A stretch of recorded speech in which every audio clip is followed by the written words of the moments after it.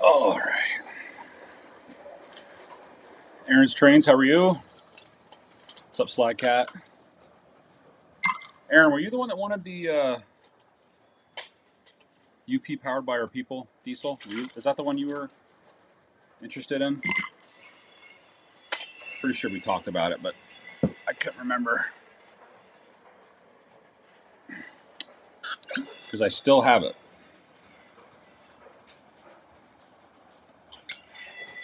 If you have any interest.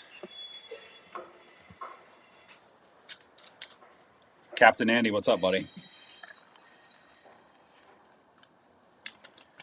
Good to see you. As always. Sly Cat, did I happen to see the Atlas Spring 26? I did. I took a quick little look at it today.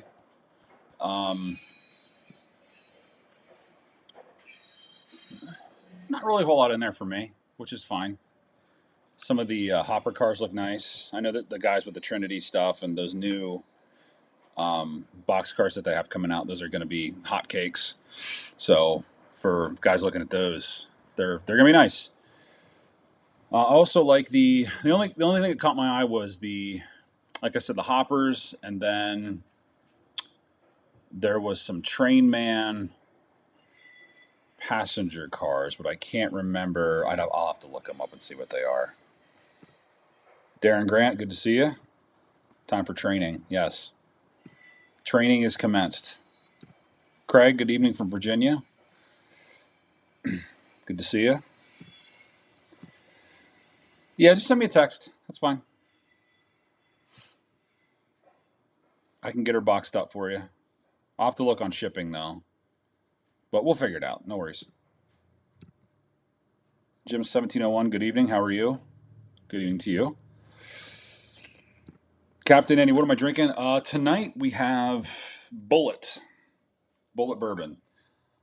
This is one of my favorites, I would have to say. If you guys have ever had this one before, it's a good one. Decently priced too. I don't go too crazy when it comes to whiskeys and things like that, just because there's no sense in doing it. Can't really tell the difference in some of it anyway. Red C&O Cole hoppers. I saw some of the C&Os are on there. I do like the Montour ones. And there was another one that I liked that I was interested in. The Bradleys, yes, for the passenger cars. Thanks, Andy. That's the one. That's what I'm thinking of. Race Trains, what's up, dude? Good to see you. We didn't get to talk too much, just kind of like in passing there when you guys were doing your interviews and things like that at York. So, good to see you. Thanks for coming on, man. I appreciate that. It means a lot. I'm sure Ray's going to get some stuff out of the Atlas catalog. That looks like that catalog screaming his name.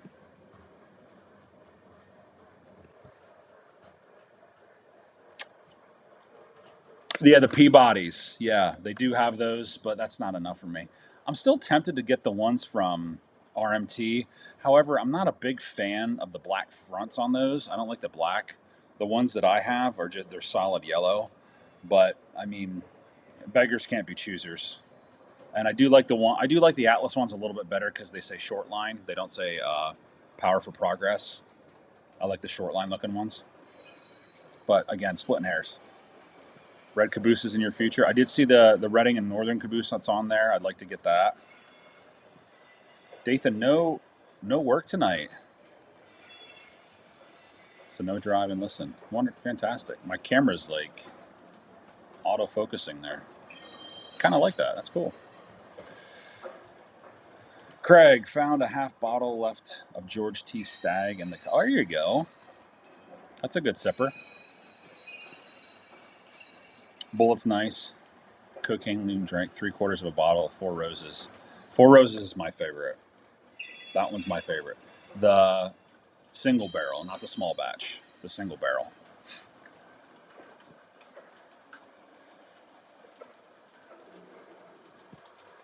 Yeah, Ray, for sure, man. I mean, you can hit me up on here and anytime we can talk, things like that. I'd like to be a guest on your guys' show sometime. Come on and talk with you guys. I think that'd be cool. If you guys do that kind of thing often, that would be fun. Tough decision. MTH Oil 4014 Big Boy or the Lionel 4014 250th. I think I'm going to get the 250. Will has me talked into that. I was going to get 4004, but they just ran that one, and I feel like that's, I really don't want to get that one, but I want to get something that has some sort of meaning. And I think with this excursion and things like that happening this year, it's going to be one of those engines that it's probably going to be sought after. I have a feeling a lot of people are going to order it. I could be wrong, but if I go with one, it's going to be probably the coast to coast version, not the one with the smoke deflectors, the 250, actual 251. Doc, the King of Reading, is here. Good to see you, buddy. Whenever I need a Reading fix, I just message Doc, or he messages me, knowing that I need a Reading fix. Aaron likes the C&O caboose for the Allegheny. Well, that's a good idea. That might have to be a pickup. And they're fairly priced. They're not bad.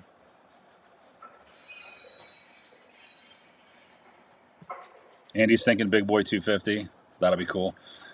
It'd be cool to see like a bunch of people get 250 and then everybody gets together and run them like at the club or something, or at some sort of a hang, which I'd like to do. Again, like I'd like to do one here in the future. I know we talked about doing one with K&R Customs. I still have yet to get on top of that. This has been crazy.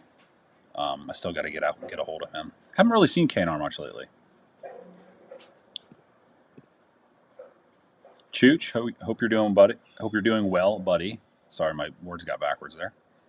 Good evening to you.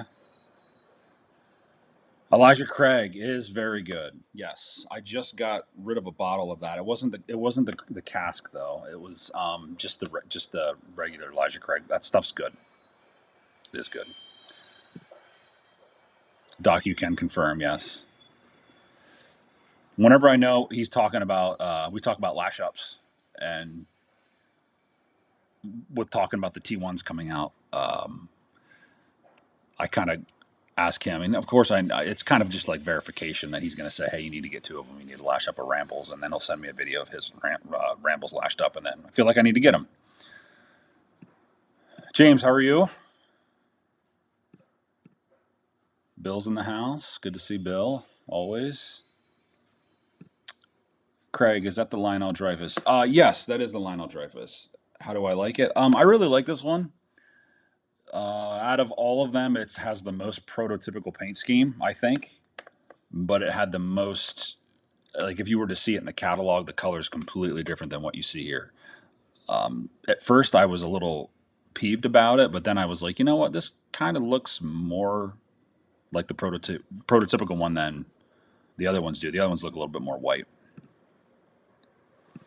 Who's jumping on the mechanical reefers? There's going to be a lot of people, Dathan, I'm pretty sure. Are you going to be one of them?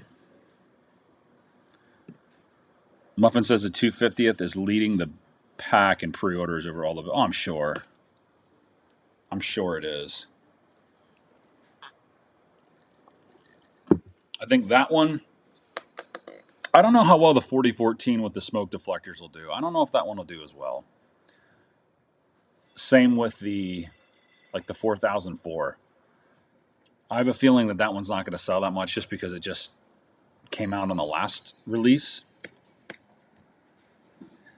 They should have picked a different number.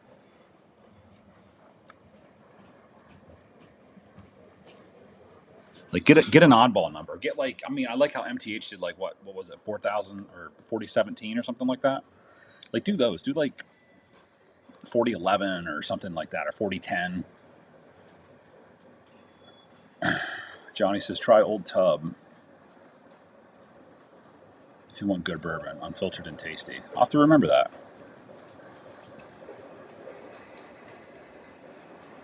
Yeah, you guys, you C&O boys, you got to get some of those.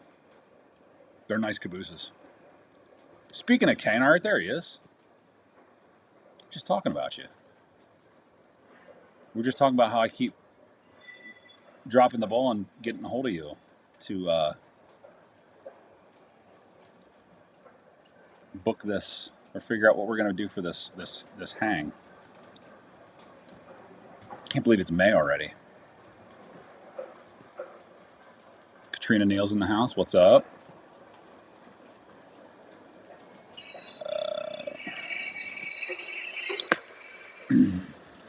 Dathan's going to be a little choosy with this catalog. I'm still figuring out my list. You got time.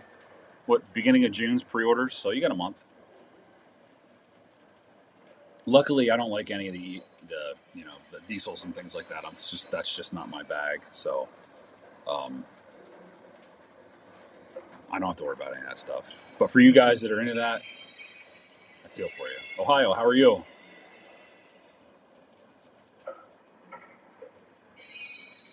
Good to see you. 12 more days of school. School is counting down. Yes, it's crazy. Counting down the days.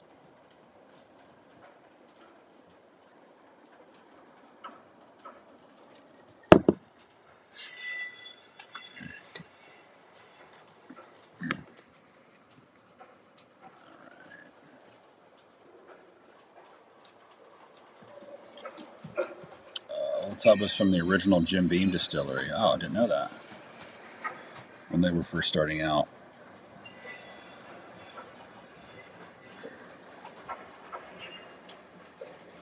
I don't usually get worried about Atlas catalogs because they don't typically release a whole lot of stuff that I'm into. They have some stuff, but as far as like locomotives, not too often. I can kind of count on them to be more of the modern stuff, which that's great. There's nothing wrong with that. So it kind of gives that. It's nice because they have like that split where, if we're talking about, maybe some older run stuff or, maybe Lionel or MTH is going to be like that. But it's good to see Atlas does a really good job with that stuff. They market it well and they make some stuff that people want, which I love. Rich, your ears were burning. Well, right now I'm going to Alaska all of June and possibly all of July. No return date. Wow. What are you doing in Alaska? That's fantastic.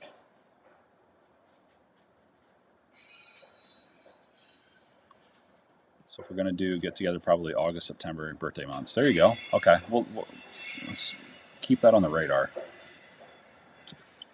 Speaking of radar, where's he at tonight?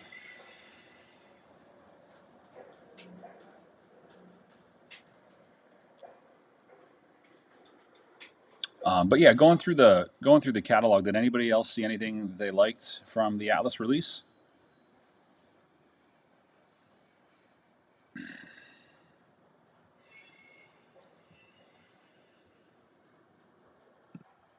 Aaron picked up the Chesapeake and Ohio 2-bay hoppers, but the MTH ones are 3 bays. Okay. I don't have very many 3-bay hoppers. I have a lot of the fish belly stuff and the 2 bays. Those are the best, my opinion. Trains of Lark. How about those Cubs? What about the Cubs? Are they winning? Are they doing well? Probably. Let's check it out. Well, yeah, you're winning your division. Your NLCs, you're in the lead in the NLC, which is good. I mean, you guys deserve it. Sure, absolutely. And Phillies, we're doing what we can. We're trying to come back. We had a good little run there. We have seven or 8 wins or something like that, which was nice. Building a suspended layout for my old boss. He's buying the tickets and all the materials. And wow, that's cool. That'll be fantastic. Go to Alaska to build something? Fantastic.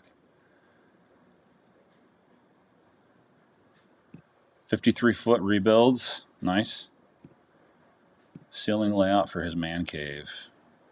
Ceiling layouts are cool. Aaron says he might pick up a C&O 2-bay. Not sure how they would look with the MTH 3 bays. Yeah, why not? They'll look nice.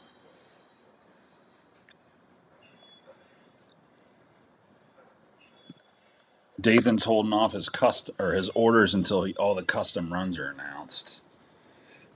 Yeah, there'll probably be some, I'm sure. Sure.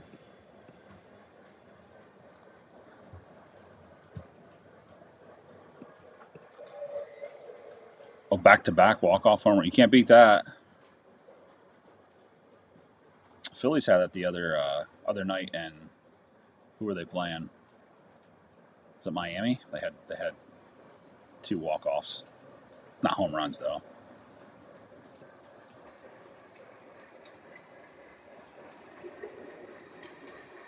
Big Rich thought it was Tuesday. Get it together, man. Don Peck, how are you?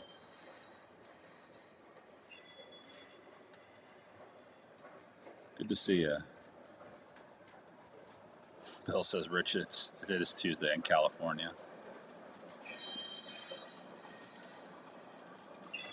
Those California boys, they don't know what they're doing. What do they know? They like Southern Pacific, right? I'm just teasing you. Del Hudson, how's it going?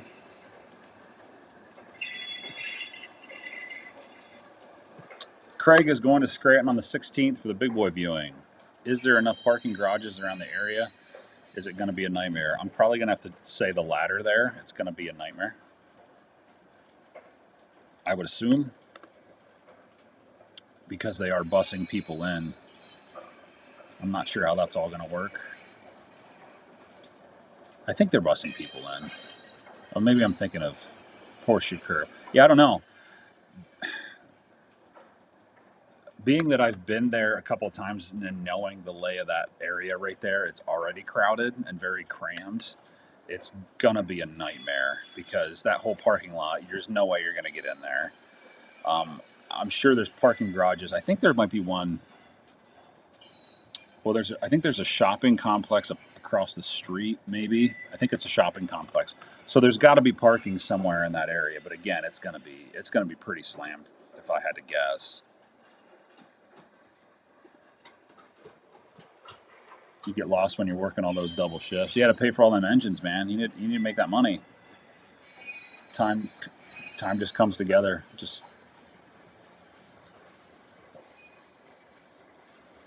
Ray says it's going to be a nightmare. Yeah, absolutely.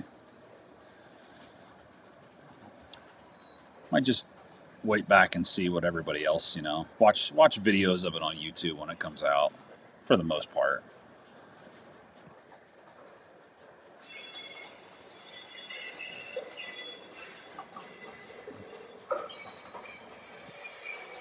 Joining the Elite 50s Club. Who hit 50? We have a birthday up in here? Captain Andy, do you have a birthday?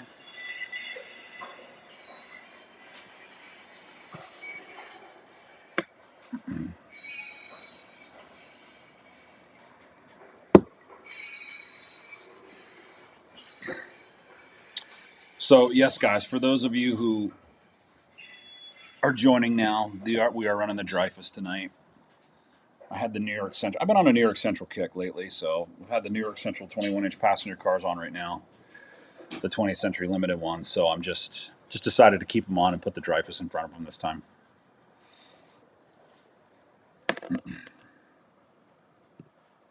Aaron's going to wait and see it in Cleveland, and when it comes back into town next to me. Sweet.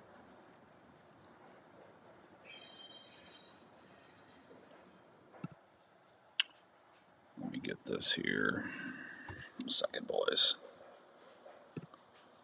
Where are we at? Copy invite link. Once again.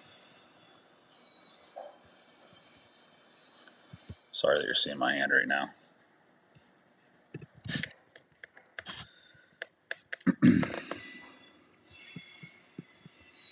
We're going to have a Trainmaster on here tonight. Trainmaster 04, the one and only. So who knows what shenanigans we'll get into tonight. And then next week we're going to have the Model Railroad Train Show on.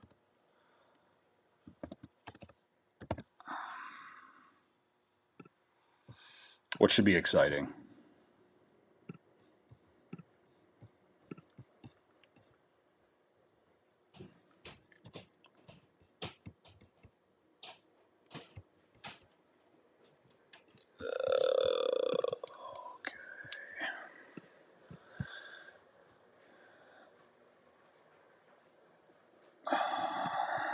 Sean Myers. Hey, Mike, how are you? I'm doing well. How are you? Good to see you.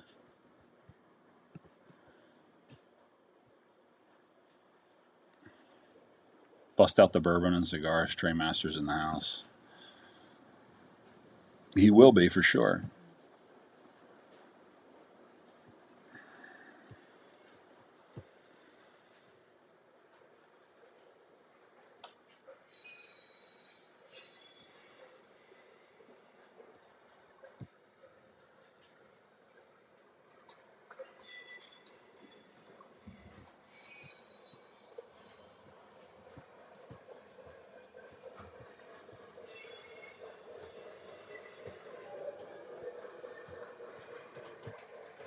See, Brev was on here talking about how he's cooked in the new catalog.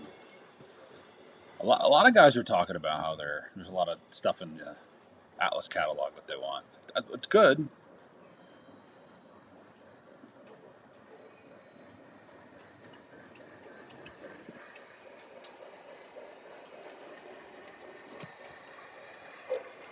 I mean, boxcars for my K-Line. I mean, boxes for my K-Line boxcar. It kicks out crates.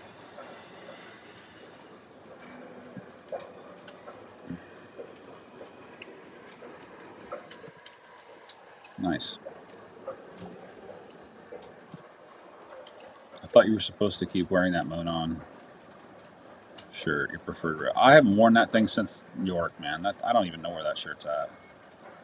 I'm probably using it as a dust rag now.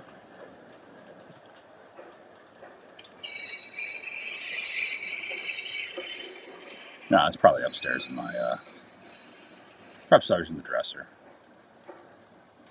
Yeah, happy birthday, Andy. Many, many more, for sure.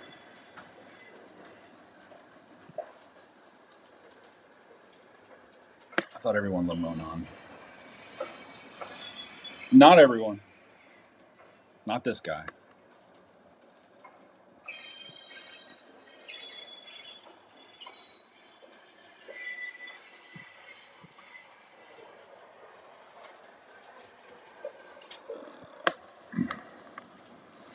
Got some more work done on the mountain over here, which is coming along. It's coming along. Mike is getting the Monon caboose. I saw that. As soon as I saw that caboose, I was like, oh my gosh. How obnoxious. How obnoxious.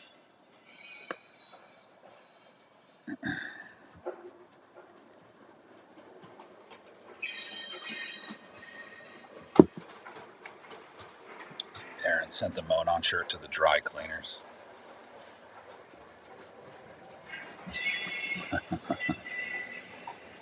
Oh, yeah.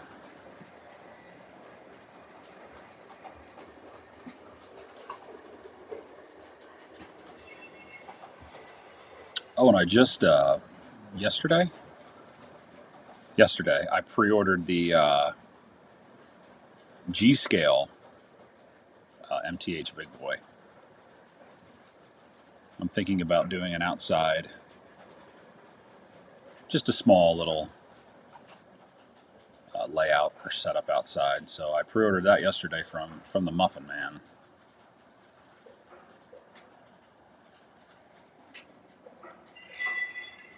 My first G-Gauge purchase. Keith, what's up, buddy? Train Addicts on here.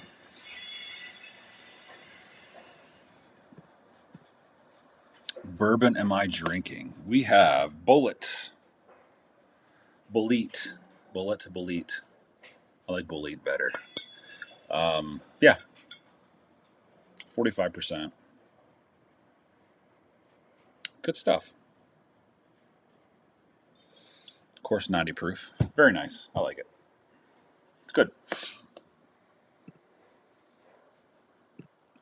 Rich says, I've been building tons of chain link fence just for oil tank storage, then got to do power plant fence. I need to get some fencing for a baseball field backstop and just for a baseball field in general. So, Rich, if you have any links that looks fairly prototypical, please, by all means, I would like to Like to see what you got.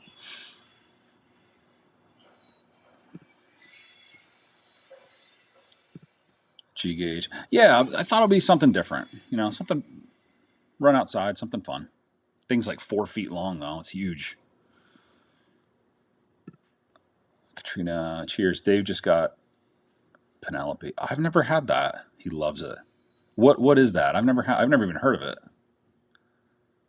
Oh, David. Keith, these train companies are killing me with their pre-order system. Wish it was like the old days where you went to a train shop and they had stock. Not anymore, my friend. Bill says, Mike, with your skills, I'm sure you make an awesome outdoor layout. I'm quite sure. Oh, thanks, Bill. Appreciate that. I don't want to go too crazy just because of weather up here, and then you have to, you know, I'm not going to go do scenery or like building. I don't think I'm going to put buildings out there. Maybe a couple, but I'm not going to go nuts just because I don't want to have to worry about covering it all the time and then damage and just something to have fun. Rattlers had some railroads I never heard of. The Black River seemed, yeah, that Black River switcher looks pretty cool. I did look at that. That looks pretty neat. You did a how-to.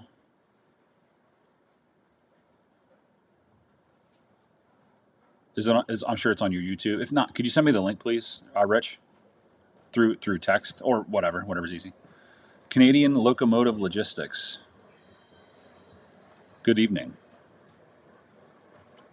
Welcome to the stream. Welcome to the fun times. Parman, good evening. Good evening to you. How are you? 3-part chain link fence. Yeah, that's what I just need. Something like that. I just need something like that.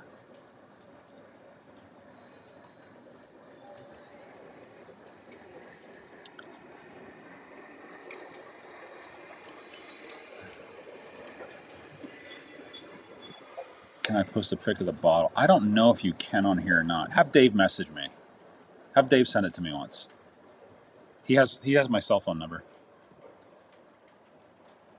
Yeah, I've never heard of it. Sean 671. What's up? Pop-ups train. Good to see you. Let's see. I have remote switching available on my layout now for the house. You can change the... Oh, nice. Very cool. Loving them trains. What's up, Mike? Same old, man. Middle of the week. Doing well.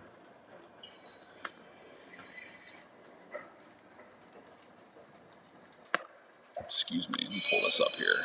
We're thinking about it.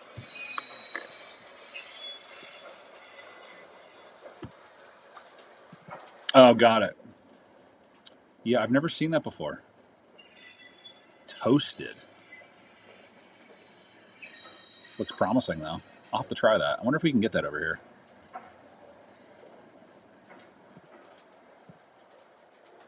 Rich, I got your text. Thanks, buddy. I appreciate that.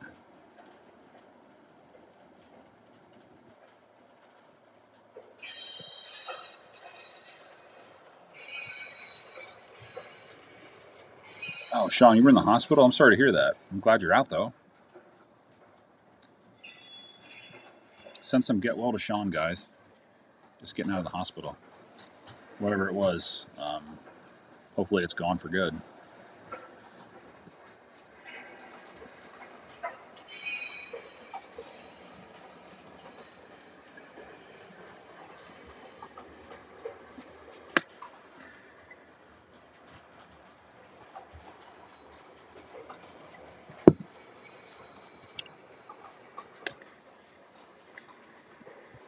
Do I have guests?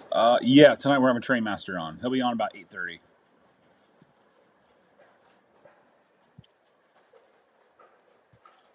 And then next week we're having the... Goodness gracious, Mike, get it together.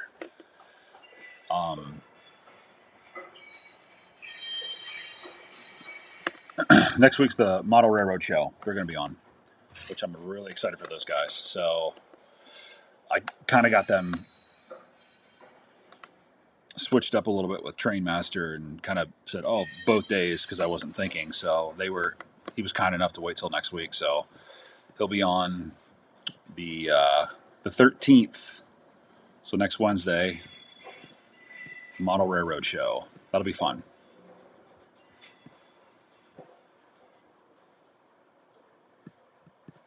Yeah, Trainmaster said he'll be on at 8:30, so got to get the layout fired up. Start the generator.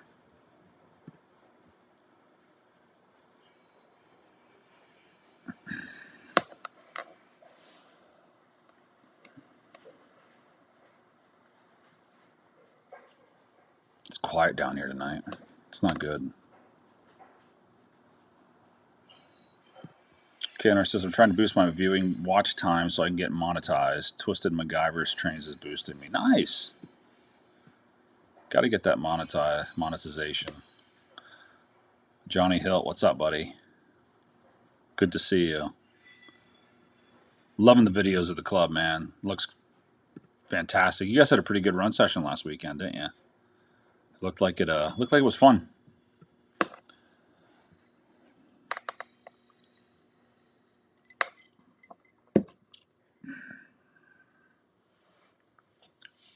Do you guys run every weekend, John, or is there just special occasions, or how often are you running? And what is your guys' next event? Do you have an event coming up?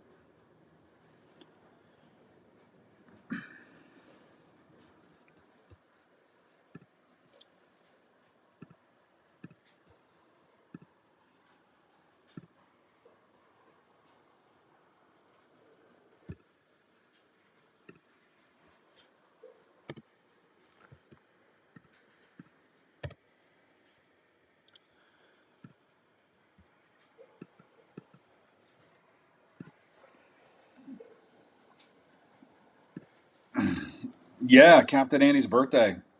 I guess he turned the big 5-0 milestone.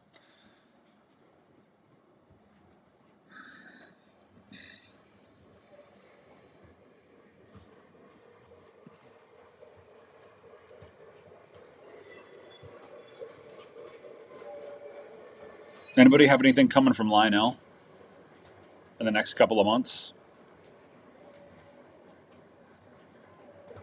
Anything Pensy related? Anybody's got on order?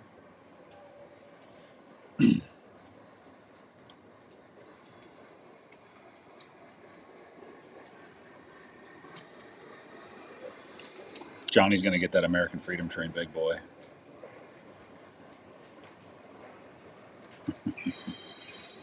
And get the Christmas big boy.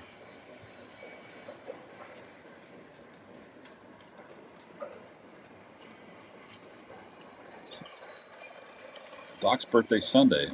Happy early birthday, Doc. Open to the public every Saturday and Sunday from 1 to 4 from now through the end of the year. Dang. But what if I want to stay later? Nobody asked Doc. Nobody wants to know about his birthday. That's not true. He's giving you a hard time. Oh, did you order one of those? Dell ordered one of the Darth Vader Phantoms. Cool. Cool. Sean's got the 1776 engine.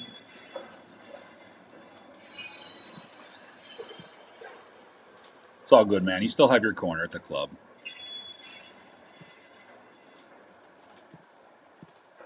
Anybody got any E8s coming? I think they might be one of the next things that come in. I think the E8s and the AC9s. I know some of you guys got some AC9s on order, Big Rich. Don't you have one on order?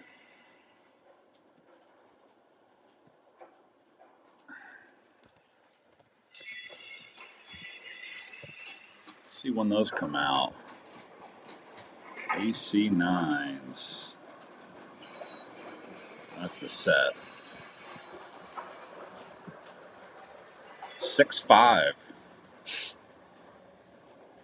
A month from now. Nice. I'm curious to see how those are with the 3-speaker system. They're going to be nice. They're going to be really nice. That is a lot of train running, man.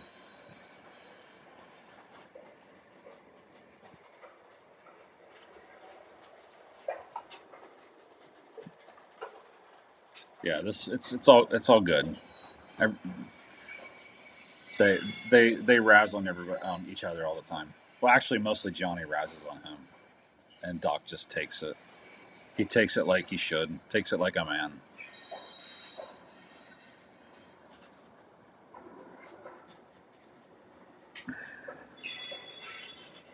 Will Zosko, how's it going? Good to see you. Got enough PRR. AC9's coming. Yes, I do, and yes, I do, along with the third rail. You still got that I1 Decapod. I'll buy that from you for $800. Actually, $700 because it's used.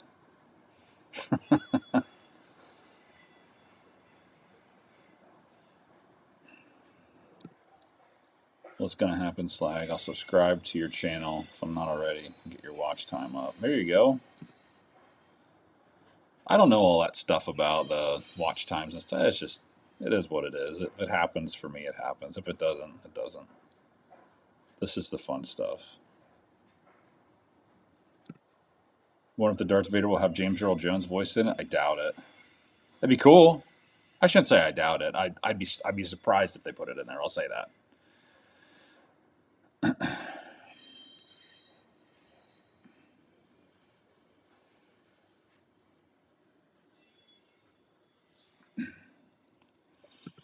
So with the big boys coming out, which ones do you think? I mean, how do you think it's going to do in comparison, like MTH versus the Lionel ones? Do you think that people are going to kick back their MTH orders and get the Lionel ones? Or do you think people are going to see the Lionel ones and be like, that's a little too much money, I'm going to pop over and get an MTH? What are your guys' takes on those, since there's so many of them coming out? I mean, we're having them in all. We got what, the Imperials coming out, the Premiers, the Legacies, and the Lion Chiefs coming out. So we got everybody from 027 up is covered. So which ones do you think are going to be the ones that are going to persuade people? Do you think they're going to see Vision and be like, too much, go to MTH? Or do you think they're going to say, oh, the Vision line ones, look, I like the 250 and the other road numbers, and are they going to go over to the Lionel sides? What do you guys think?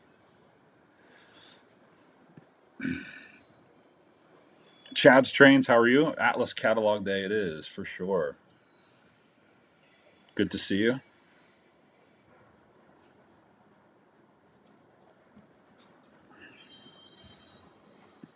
Yeah, for anybody that doesn't know, like Big Rich is his first time over in New York, and I think I think he had a good time.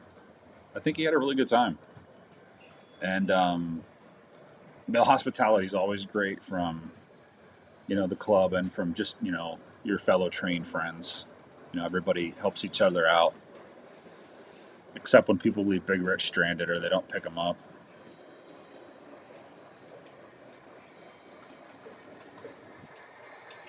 I want a Big Boy Thomas or the Halloween design Big Rich posted in Discord. There you go. Big Boy Thomas. Chad's passing on the big boys. Train Addict got an MTH one.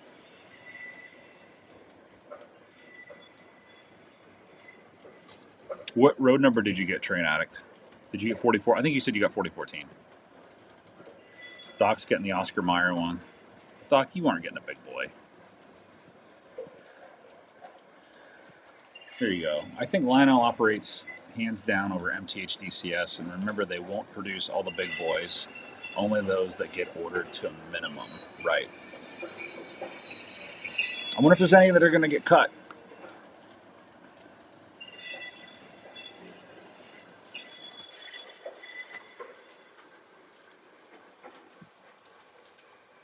Train Ag, I like Lionel engines, but MTA make a cool large Arctic. Elated. They do. They make nice ones. Only thing I wish with them is I just wish their sounds were a little bit different and a little bit more, not necessarily robust, but just more present. Um, when you get into an engine that big, and I think Lionel is really starting to see this too, obviously because they're doing it, that they're putting the extra speaker inside um, the boiler and the engine itself, which I think is nice, which is a needed touch, just to give it that more round sound, because you don't want to have this big articulated engine and then you have, one speaker that is in the tender. It's I don't know, but they do make nice models. It's pros and cons, pros and cons. Doc needs a big boy Crusader. That's funny. True about DCS, and it sucks. DCS is just finicky. The one thing that I will say about DCS that I do like, I mean, obviously in club layouts and situations, it can be a pain, as Johnny and those guys were experiencing at York. But the one thing that I like about the DCS stuff is you don't have to program anything. It just detects what's on the track, and you just scroll down and it's there. I do like that. I like the speed increment step more on the MTH. Like if you're using the app, I like that a little bit better than Lionel.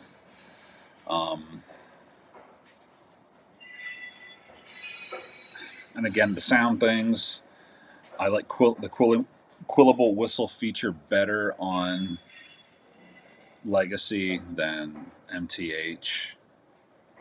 The extra smoke features are here and there. That's how often do you hit blowdown and stuff? Like hardly ever. Or water scoop effect. I don't typically ever do those types of things. It's just a cool thing to have, especially if you have people come over or things like that. But if I'm by myself, I don't typically run that stuff or smoke in general. Yeah, they are almost $1,000 more. They are. MTH steam engines need a boost on their sounds in general. Yeah, they do. They do. 4014 obviously will get ordered, but some numbers like 4006, 1012, or other Survivor numbers will do good. Yeah. DCS is DCS. Legacy always works. Yep. I will agree with you 100%, John. Like, there's never DCS. It just works. It's just tried, tested, and true. It just works. I'll be happy when the UP Big Boy hype is over. Yeah, it's on its high right now, but it's cool. Leave no man behind. You were left behind, man. And DCS like the ability to run onboard diagnostics like signal strength. Yes, that is nice. I do like that too. That's cool.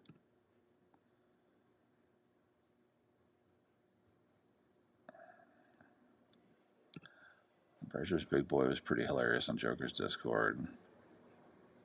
Yeah, there's a lot of stuff moving around on the Discord, which is fun. That's awesome. I like it. Speaking of the Model Railroad Show, how are you, buddy? How about them fighting Phils? Yeah, they're surprising us. They really are. But I mean, hopefully they pull off tonight. I know they're not winning right now. What is it, 3-2? Yeah, it's 3-2 right now. I got the game up too, so. But I'll give them that. If they lose tonight, they lose tonight. They had a good run so far. It seems that MTH Big Boy has more accurate sounds.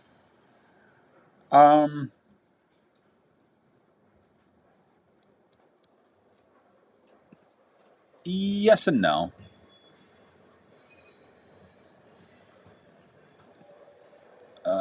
Whoops, sorry, missed you here. Mr. Muffin Custom Run, the blue and silver. Like the nickel plate, and then the Chesapeake. I know he was talking about, what was the other one? There was those two, and then there was another one somebody was asking about. I can't remember what it was. I'm sure he'll do like an Army one. Yeah, Mattingly. I mean, Mattingly's doing what he needs to do. No engine on track. Yeah, that's a cool feature.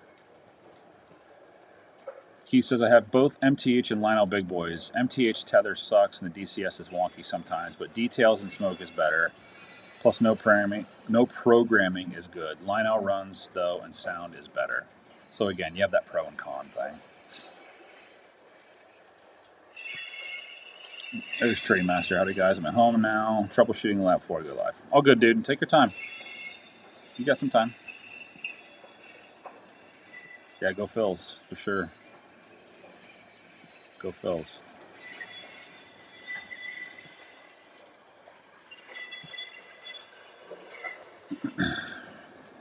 Wonder who had the hits tonight. I don't have the play-by-play up, so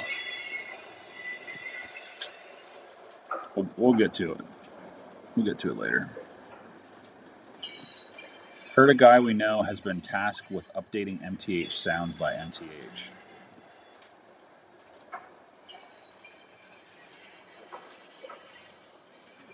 That would be cool.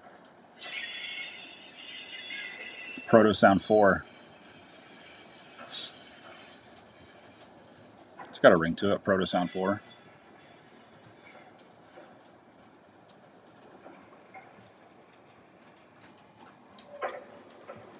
But that would be cool if they do that.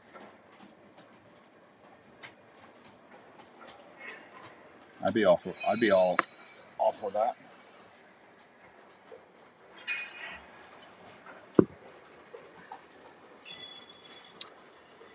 And sometimes I think too with like the whistle sounds, like if you hold it down, it just feels like it's like does like a rev thing where it's like a looped, like gets to the end of the file and you can hear where it like restarts again, that kind of thing. But maybe they can fix that.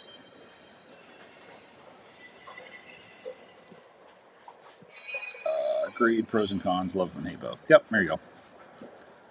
I upgraded my MTM PS1 to TMCC. That's a different upgrade. Nice. Denise just showed up to my house with a strawberry milkshake. Nice. You can't beat that. When you run the Lionel Big Boy, it is impressive. It is. It just demands attention in the room. It turns heads. MTH is just a big engine. Agree.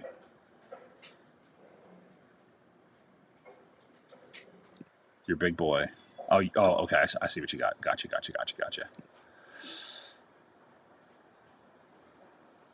Sedano. How's it going, Jeremy?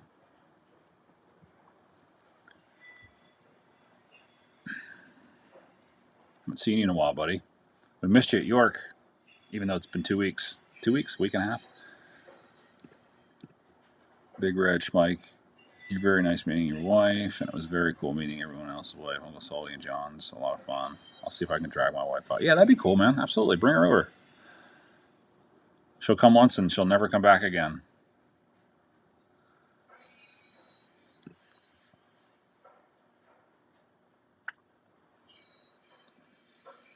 But it's a fun time. There's stuff for the wives to do.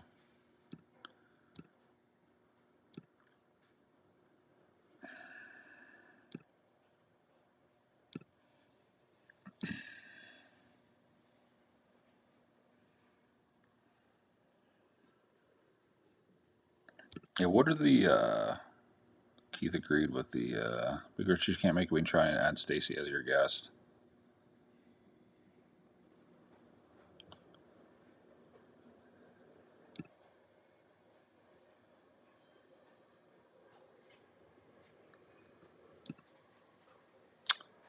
Yeah, Keith was talking about the saying that the MTH Big Boy is just a big engine.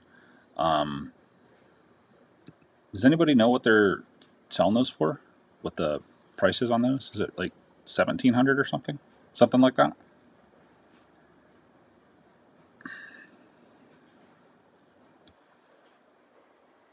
Freaking Big Rich. Your wife went to all 3 times. My wife's gone, let's see, 3 or 4 times? 4 times? There was only one time that, no. Yeah, something like that. There's only one time I think that she's not gone, but she couldn't get off work. But she would have gone.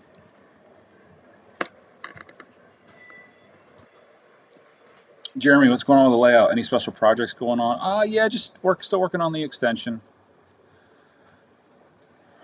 Mountain work, that kind of thing. Backdrop stuff that I gotta figure out.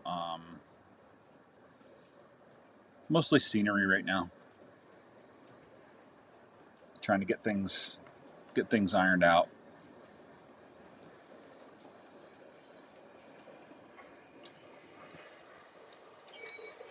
Train at. I go to New York in the fall. I had to stay behind in April or run the business. Totally understandable. Well, that camera likes that car for some reason. Every time it comes around, it zooms down in on that car. One train that was bummed that I didn't pick up was a GG1. There was a couple there. Looking at the riveted one, custom by Muffin. Does he still have them? I'm sure he does. I mean, I feel like he still does have those because I don't think they're not completely prototypically accurate. I don't think it was supposed to have rivets. Is it number 4800? Because if it's 4800, yeah, he has some. He's got one. You better jump on it. He's got 4800, and then he's got 2 different variations of 4800. He's got the catalog version, and then he has his custom run, which has the bigger Pennsylvania and road number lettering.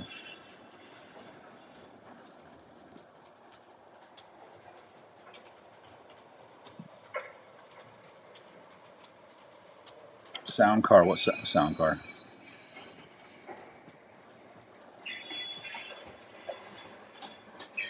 Big Rich. Rivets were only at number 4800. That's why he still has some. Yeah. The rivets were wrong. Mad Mike's in the house. What's up, buddy? 29 people, 16 likes. Get at it. Get on it. Yeah, everybody, hit the like button. It says we have 34 people on here. Let's go.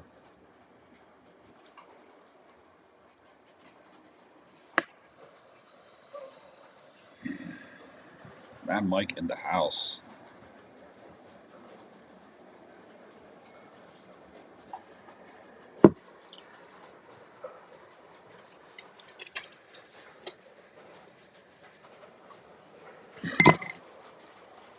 Josh Wood.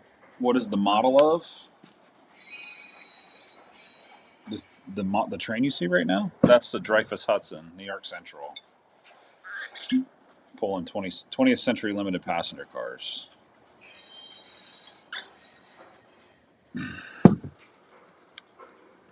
Lionel Richie. Richie, what's up, man? Richie's a good hang. I like talking with Rich. He's a good guy.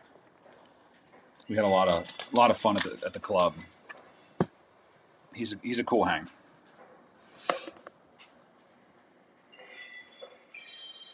Many projects. What's up, man? How are you?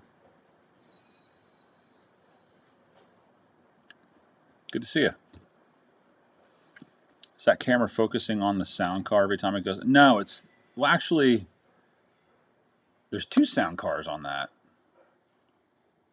That one that it's focusing on, but there's another one further back. But I think the volume on that one's down further than the one that's on and the station sounds. That's a baggage car.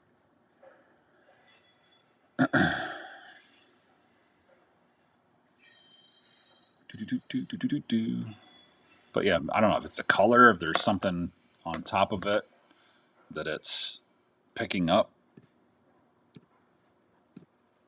So we'll see.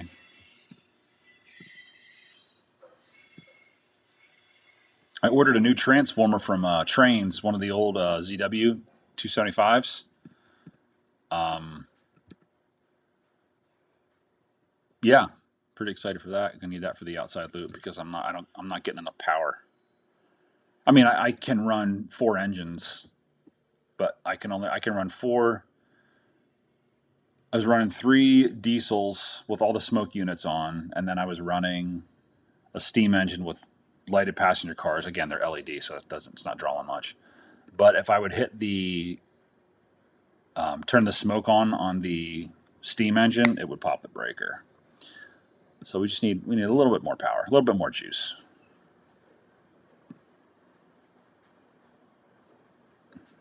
Earlier in the day, especially. He's easy like Sunday mornings.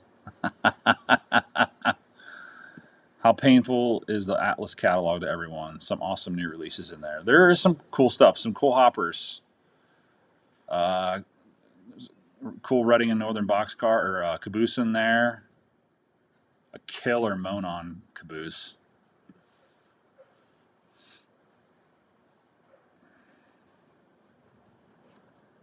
How much for the ZW? $90. I got off like I said, I got it off of Trains. It says it's in very good condition, but I'm probably going to strip it down. I have external breakers and diodes and things I'm going to put on it, but I obviously got to check the rollers and things like that. So I might just buy a kit to like a refurbished kit, just to give it new life. All night long. Mike need a Z4000. Yeah, I mean, I'm good with what I have right now. But I mean, see, there it goes again, right on that car. Now there's a sound car. It's the third one from the back. So it should be, if it's going to zoom in, it should zoom in again right about now. It's something to do with the color or something on the roof. I don't know. That's weird. More power. Yeah, I need more power. Atlas catalog isn't too painful for me. Maybe a switcher or two and some rolling stock. Yep, I feel the same way. Rich, feel the same way. Like I need any more rolling stock. We don't, but we can always use it.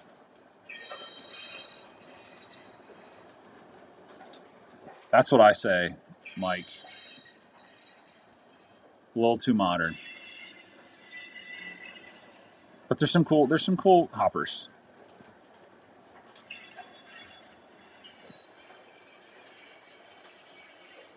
Too bad you didn't stop by our table. We were selling them for $50.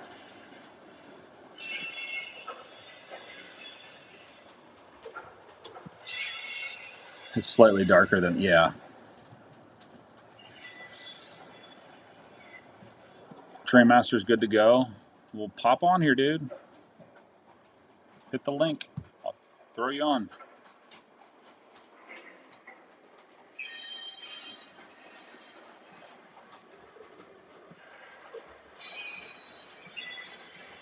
Ohio didn't take a look at it. Yeah, take a look at it, man. It's decent.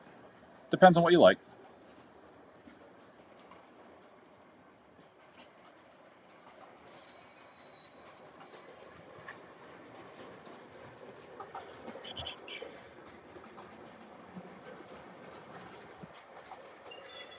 Oops.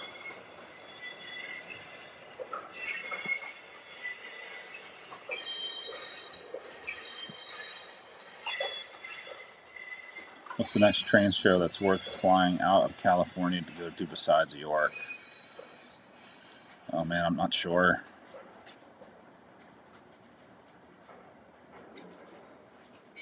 I'm not sure, Rich.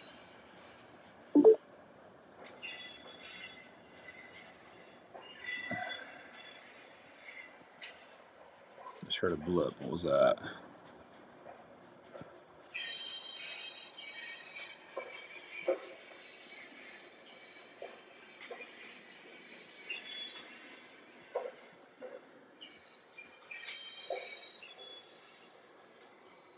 Matt, what should you run tomorrow? Run your Niagara. Can you run your Niagara? You should run that. Wipeout, what's up, dude? Good to see you, man. Ohio says trains. Of course you should run trains. Trainmaster, try it again, man. I don't know what's going on. I didn't see your name pop up. Wipeout. Where were you at here? What's running tonight? Dreyfus Hudson.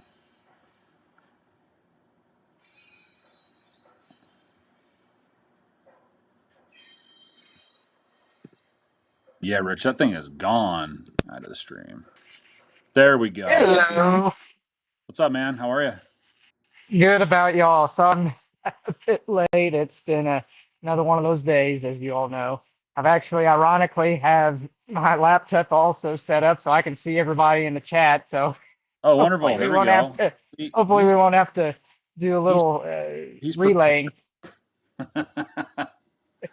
Good to for see you, man. once. So Yes. what are you running tonight? What do you got? Tonight I have the 3751 class, the 3759, running on the inner Oh, loop with my consist of Santa Fe heavyweights, as well as some of the billboard reefers. And then I have a coal freight behind my Legacy H10, and then a reefer mixed freight going around the upper portion of the mountain with my Southern Pacific 10-wheeler. Big Rich is on the stream. He should notice that the coal hoppers I'm pulling behind my H10 are actually ones that I did a trade with for him, and I just recently weathered them, so should be nice and good to go. heck yeah, that's awesome, man. That's so cool. Yeah. But anyways, thank y'all So, very much for letting me come oh, on. dude, this is quite awesome. Yeah, absolutely. I should have ran. I should have pulled out 3750, 3751. Ah, Actually, you know what? that's all right. I have 3759 too. I remember we talked about that. You had the same one as I did. Nice. Right, right. What's the size of your tabletop there? What do you got for dimensions? Yeah, so let's see. So basically, I have it split up into two sections. The main area of the layout right here contains 90% of everything. So in this case, it's about, I want to say we put it at 18 feet wide by about another 30 feet long. As in this case, I wanted to be able to have at least one loop of 072 so I can run Yeah. everything big, and then at the same time have an outer loop. But let me see if the camera will hold long enough Okay. There we go. Yeah. to, there we go. So in this case, right now I used to have a narrow gauge loop that would go around and go over the yard, but I'm currently rebuilding that bridge as it was not liking any kind of uh, unevenness since it's HO Right. track. But beyond that, everything else is pretty much everything is Atlas, and the second half, the mountain itself, which is about feet tall by another 20 feet long, That's a that big I mountain, bro. built. That's a big mountain. Uh, yeah, I want a bit big, but I wanted to make a boy or even a kind of big articulated engine wouldn't be.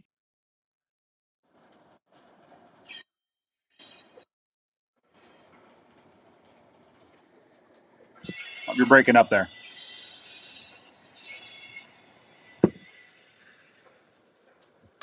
Lost him there for a second. Technology, guys. You know what happens. That is a big mountain. We'll get him back in here.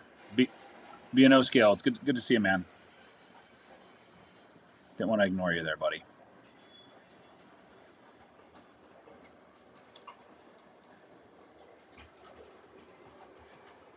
So stand by here, guys. We'll get him. We'll get him back in.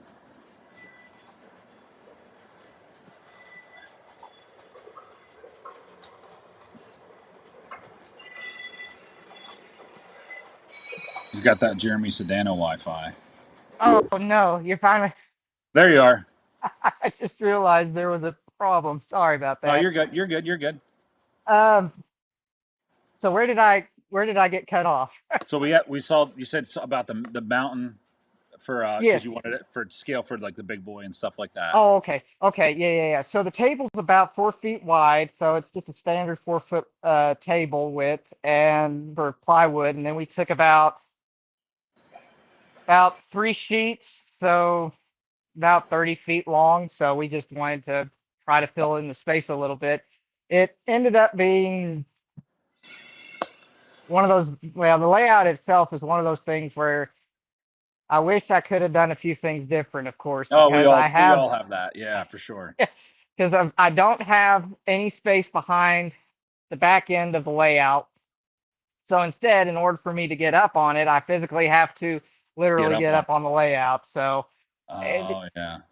and It's a, somewhere in this area, we didn't support it as much. So when I get on it, it sags in a little, and it's like, oh, thank goodness for it being strong enough to hold me.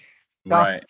don't get any heavier. Or a lot of boxes are gonna go and get collapsed. But I feel like anyway, sometimes that happens with us, when we're building stuff. I don't know if like excitement takes over, but we're just like, what, that'll be fine. And it seems like if every time that I have a issue or I need to do something, it's in the furthest corner that I need to get to. It's never right in front of me. It's always in the no, back. no, it's always in the back, and you can never reach it whatsoever. Right. Um, Thankfully, everything is fairly accessible in the front, so that, for instance, my transformers and everything and all the other junk I quickly shoved in before coming on, um, are all stored in this drawer, which has come quite in handy for everything and Right. keeping everything nice and secure. Um, and then, of course, right now I'm fixing an Atlas switch because why not? Daggum solder joint wants to give out on me, so Yeah. the No. usual, the usual. But Josh Cannon says, "Who is this? This is Trainmaster, man. Trainmaster 04. He's the Trainmaster. You know who he is. He's got awesome videos. He does really great reviews. So if you guys want to uh, review on engines or engines that have been out in the past, he does very like not only just in-depth review on the model. He talks a little bit about the prototypical history of it as well. So I've got some of the inspirations for some of the engines that I have, especially for 3759 through one of his videos. That was kind of like one of the reasons why I pulled the trigger on that. So if there's any engine that you're looking at that Trainmaster has that maybe you want to take a look at, he does really good in-depth reviews and kind of give you an idea where they're at and if it's something that you want to put on your layout. So yeah, he's always doing those types of things and upgrades to the layout. yeah. He's another one of us guys, but he does really good work. So speaking of engines, what are some of your favorites? What are your staples? Hi. Okay. So, But like staples that you'll never get rid of, like they just okay. have to be in your collection. Okay. So, let's see. Well, I can't get rid of the 3759 because that's actually my dad. So if I got rid of that, it would be a horrible day in You get my rid of you. life. Yeah. Well, no, he's got a lot of grace for that, but no, I wouldn't want to do that. But items that I wouldn't want to get rid of would definitely be my. Do I have it attached? No, I don't. Okay. My Santa Fe 3000, of course, that I've weathered. Yep. Um, 310 Yep. yeah, the odd duckling of the Santa Fe that I've always wanted since 2010 when they first came out. So I immediately pre-ordered one, even though I didn't have the money at the time, like 90% of us, Right. because I knew if I didn't grab one at the pre-order, it would never have happened. So that's Is, one. is that a good runner? Oh yes, it's been a Yeah. great runner for me. Um, though it has had a troubled history, at least my model. When Okay. I got it, its board ended up frying itself on its first test run on my layout. And you So you talked about that with the review, right? Did you say that? I, I I feel like think, I feel like you did I think I did, but then again, that had been a few years ago since I did because that you sent it video. back. You sent it back, right? I did. I sent it back a total of how many times? Twice.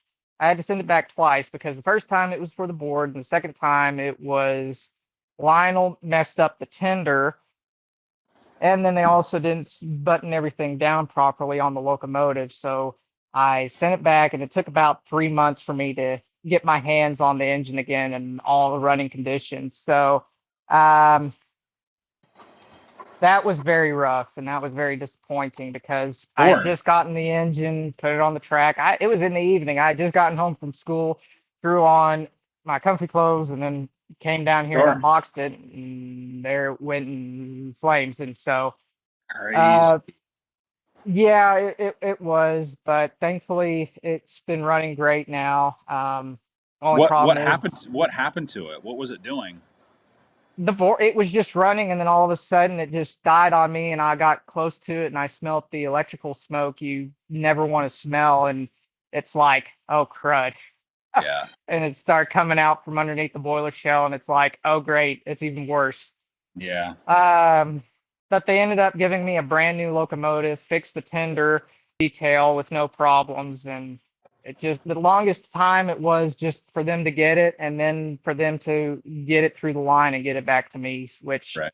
again is just one of those examples of where I'm like, why, Lionel, why in the world do you get rid of your service centers? Because it's putting more pressure on your own in-house employees, even though you really don't need to, because there's a lot of good folks out there that know how to repair them. Uh, Right.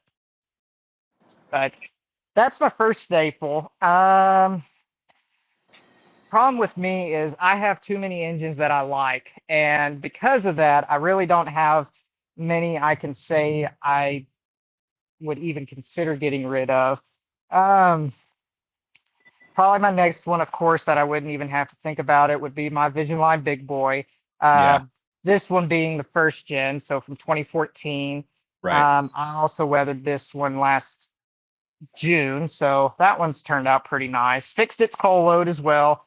The original rubber tab for the coal underside of the coal load gave out on me about a month after I got it off online. Um, so I fixed that with some heavy gauge sewing thread, and works just fine. Nice. Um, and Matt, or not Matt, Will, I'll definitely put the Madam Queen on if my inner loop will hold out for me. So I'm not avoiding your question in the comment section. Um, and then there's a few sentimental items as well that I wouldn't get rid of. Like my very first train set Your was a, yeah.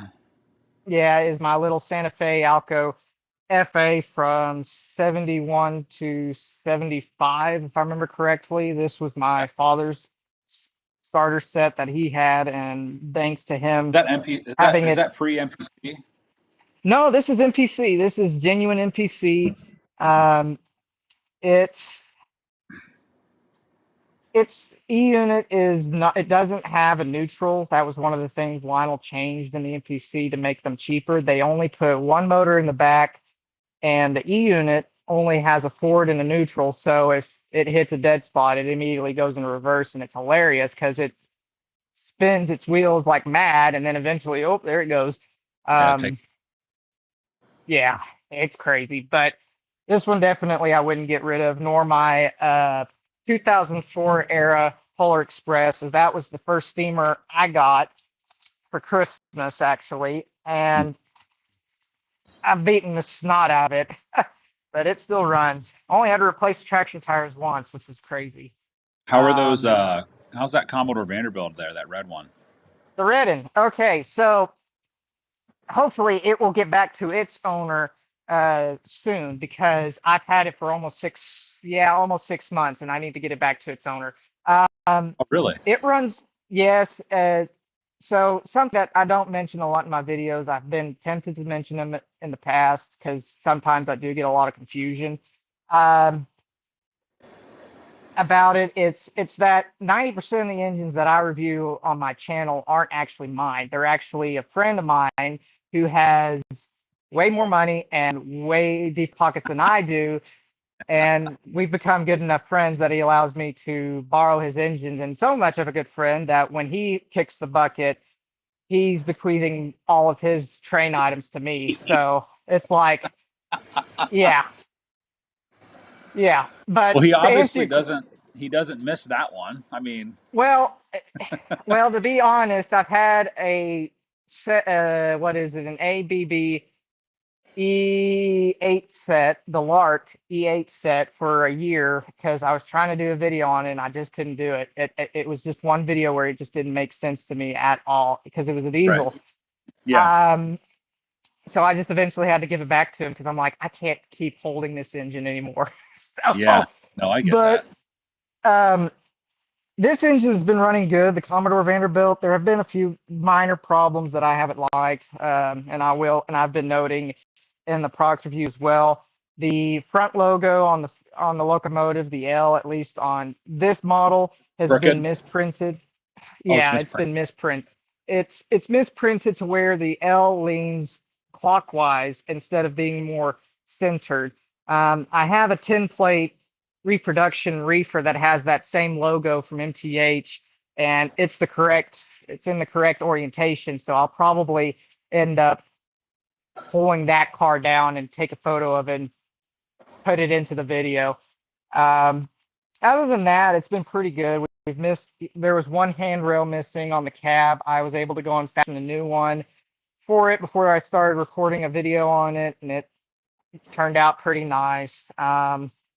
And then there was a bit of finishing faults on the steam dome as well. You can see Yeah. there's a parting seam, but beyond that, it's been a great runner. I've been able to pull the Santa Fe heavyweights I have, along with the 4 heavyweights that it came that my friend also purchased to go with this engine.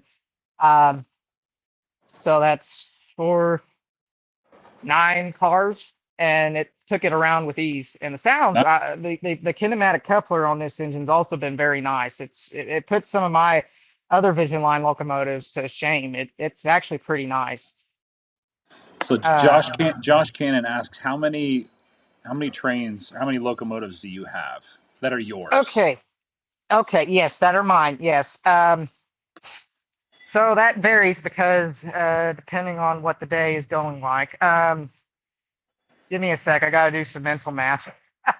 1, 2, 3, 4, 5, 6, 7, 8, 9, 10, 12, 14, 15, 16. Oh, sheesh. Uh, 36, 27, 28, 29, 30.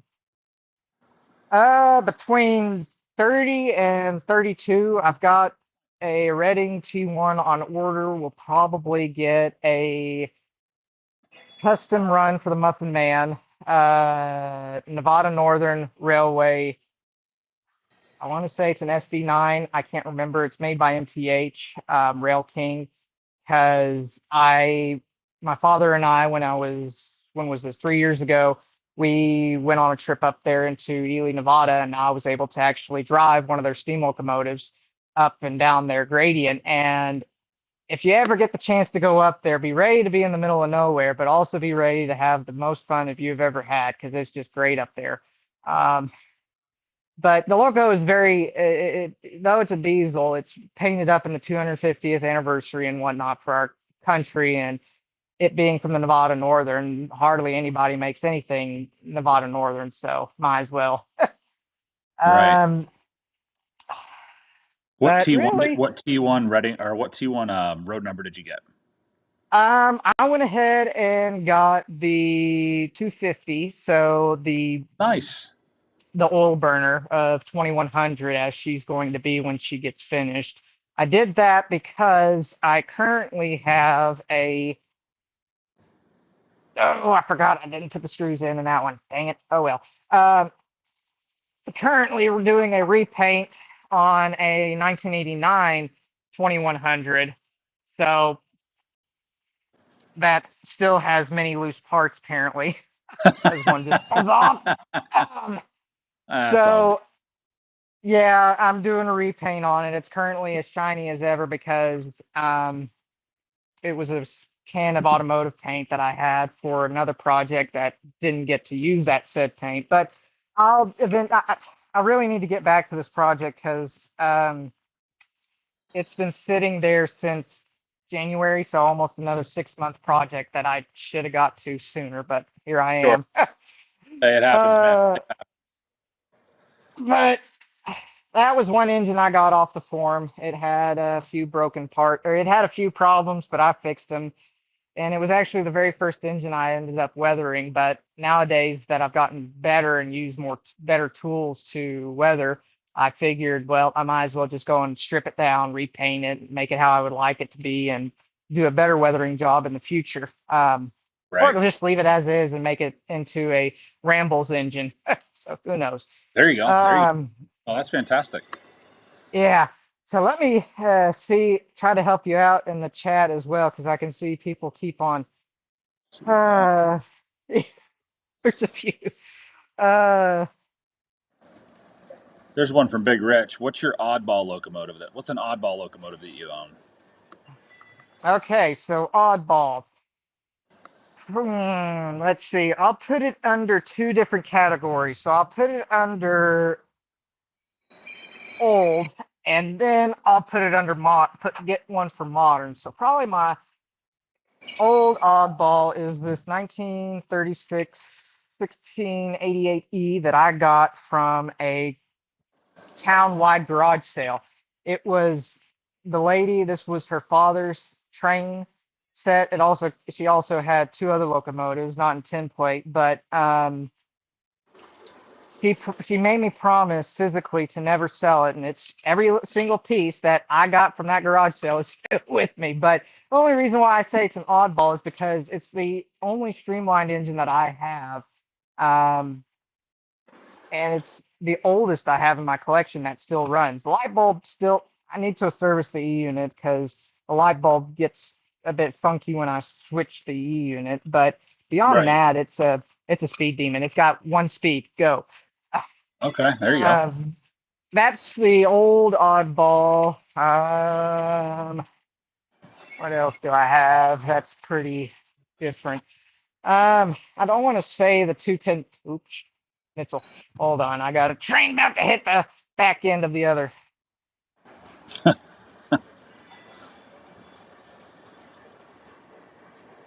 I guess the 10-wheeler was a lot slower. Whoops. Um. Oh yeah, it was. Oh well. What 10-wheeler do you have running? It's the Southern Pacific, so it came out in 2014, Volume 2 catalog. Yeah, that catalog. That was actually my very first legacy engine I was able to find and afford online. I've had to send it in once to Lionel as the smoke unit burnt out on me, but beyond that, I've taken it to about every train show I've attended, and it has never failed me. Um, it has been a great runner, and it'll probably be the only steamer that I have in my collection that I will never touch it with a weathering airbrush whatsoever because it was my first engine. Right. Keep it as it is. um, exactly. Okay, so Dathan, yours. Dathan asked a question. We spoke recently, Trainmaster. We spoke recently about ballast review. Are you still planning on doing? Oh, yeah. Sorry, Dathan. I knew you were going to ask me that.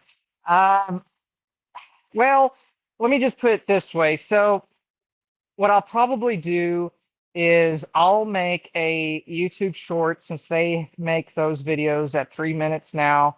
What I'll do is I'll just make a YouTube short because I think that's just going to be the best way for me to get it all recorded in one go, and also keep attention going. Because ironically, I was thinking about this the other night because I knew you were going to ask me that, Dathan. I realized I actually have a section of my layout right here that has three different kinds of ballast: the cat litter, Scenic Express, and then Woodland Scenic's fine ballast that's more for HO all in one area. And I'm thinking, Right. well, why in the world do I need to go across one area of the layout when I've got an entire area where it's trifecta? So I might as well just do it right there. Um, let's see. The questions we So got here. I hope that answers you, Dathan. I'm sorry I hadn't gotten to it. It's just this week's been finals week, so it's been very interesting. Um, what else? I don't know. The oddball engine would probably for the old would definitely be that one. Oh, how can I say I don't have another streamlined engine? The NWJ is a streamlined engine, and so is I the was gonna say, GS2. I thought you had a J Ah, class. yes, I do. It's a Team CC Rail Sounds 5.0 J. I don't know why in the world I said I don't have a streamlined steamer. Technically, I have two, so or three. I don't Well, know did why. you did a review on the one from 2019 that had the wrong color, right? Yes. Yes, I did a review on that one, and I also did a review on the American Freedom Train version, which Will has texted me about a couple of times asking if I could go and sell it, even though, again, it's not mine, it's my friend's. And he even asked me if he would be willing to sell it. And as I told him, I can go and sell it when he kicks the bucket. So I mean, Will, you're gonna have to wait a little longer. Your little son's probably gonna be closer to 10 by the time I even get that engine in my possession. Right. Yeah. So I mean, there's that engine, and I've got everything from a few 080s, and I'm trying to get into more scale stuff because it's really nice and it just looks good on the layout. Right. Um, So most but what do you say your ratio is like Lionel to MTH, or is it mostly Lionel? it's mostly Lionel. The only MTH Yeah. I have would be this New Haven 080 PS3 Rail King engine. Oh, This engine, I'm trying to, I like it, but it's MTH, so it's also not so nice to operate on my layout, even on the inner loop. It's so I'm almost tempted to. Well, I've actually tried to trade it for another 080 for a Team CC 080, like the CNO scale 080 or something similar, because it's already equipped with Team CC and I can easily operate it with my legacy. But other than that, everything else is Lionel unless otherwise stated. Loco wise, I've got a lot of MTH cars. Um, right.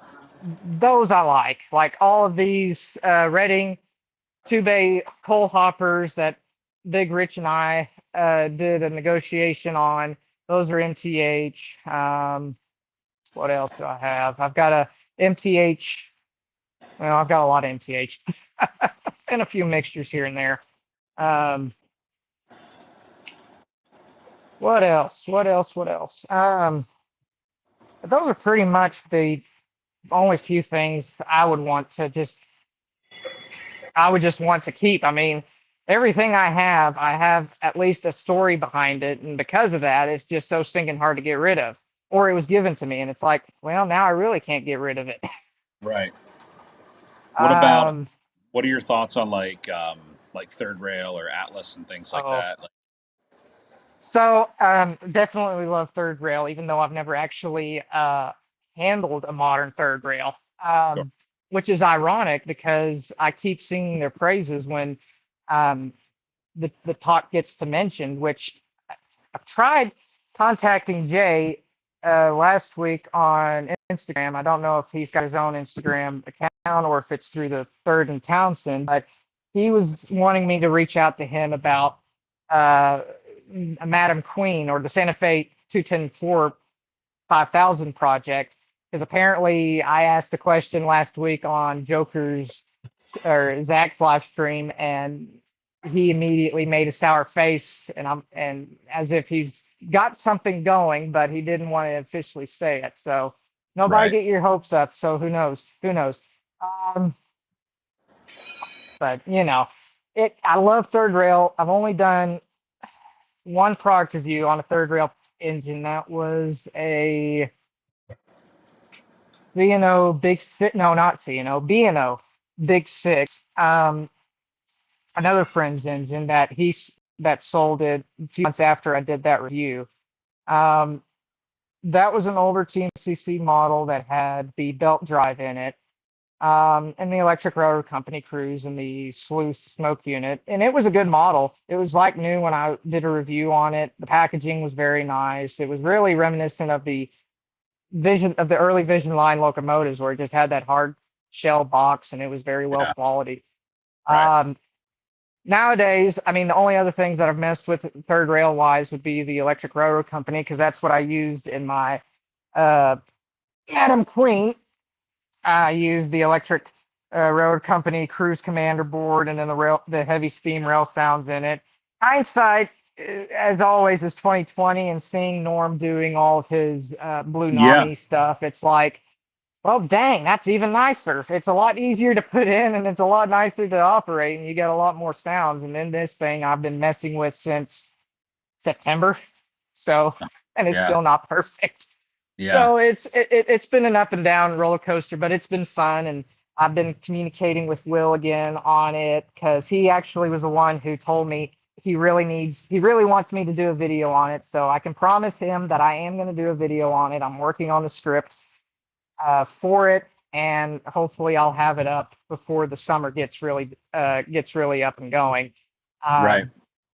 Because it's been a fun project. It's had its ups and downs, and I've even had folks that have worked on the Madam Queen um, say it looks really good. It looks really close to the real thing, which I hope it does because I used his book and his blueprints that he made Yeah. on the locomotive to make it look right. So, I mean, is it a hodgepodge? Yeah. Does it have hot glue in it? Yeah. Does it have too much electrical tape? Yeah. But I'm not going to sell it, so who cares? Right. It's not going And anywhere. I'm no, it's not going anywhere, and I'm never going to do another electronic swap of that scale anymore because it's like Right. I already blew up a board from a Lion Chief Plus 2.0 engine just on this one project, so I don't want to do that again. Jeez. But anyways, Trainmaster, your first train, I think we talked about, which is your Alcos. yeah, my Alcos would be that. My first steamer would then be the Polar Express, and then First Right. Legacy is the 10-wheeler going on the downgrade. Uh, oh, I forgot about that. What about And then what's your like favorite diesels? If you had to pick a diesel, what's your favorite diesel? yes, well, I'm a Santa Fe man, so I would probably have to say it would be an F unit, one of the early ones. There you go. FTs are nice, but I wouldn't. FTs are nice when they are in the freight livery, in my opinion, and then F3s in the war bonnet. So in this case, I've got a 2353 AA set uh, F3s that were repainted, very nicely done with some original decals as well. Fortunately, the E unit went bad on this one, so I got to get that fixed eventually. So did the light bulbs. I don't know why. Bulbs are fine. They didn't even burn out. They just don't come on, and the wiring's Huh. all fine. Yeah, it's weird. Um, They're and then obviously of course, incandescent. yes, they're incandescent and probably out of another engine that I stole bulbs from as well. So who knows?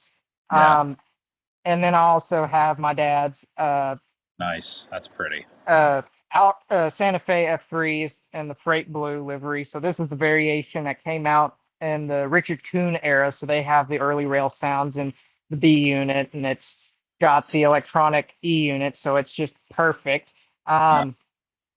Pulls like crazy, and it's very nice to complement to my post-war engines as well. So if the post-war engines are a little grouchy and they don't want to get going as nicely as the other, then the other will just push it along and it'll go quite nicely. Right. Right. Um, What so yeah, what what engines do you have anything besides the T1 you have ordered? Is there anything you have your eyes on? Anything that you're looking for? well, there's always that. I mean, I think my last time I looked at trains alone, I think I had over 700 items in my wish list because I'm crazy. Um, so I mean, the only other engine I don't like I said, I'll probably pre-order that Nevada Northern eventually, but I mean, it's at $450. That's not bad for a Sure. PS3 diesel, and No, it not being at Rail all. King. It being Rail King, I can throw it on anywhere. But again, since it's MTH, I'm like, well, crud. Is it right? Yeah. Um, the only engine I'm looking out for is a Mountain. I'm looking for either an M1A, a TMCC M1A, or I'm also really liking the early M1B, uh, the first gen M1B that Lionel put out. Uh, There's one currently on eBay, but it's $1,300, and there's a pretty bad scratch on the tender on the engineer side.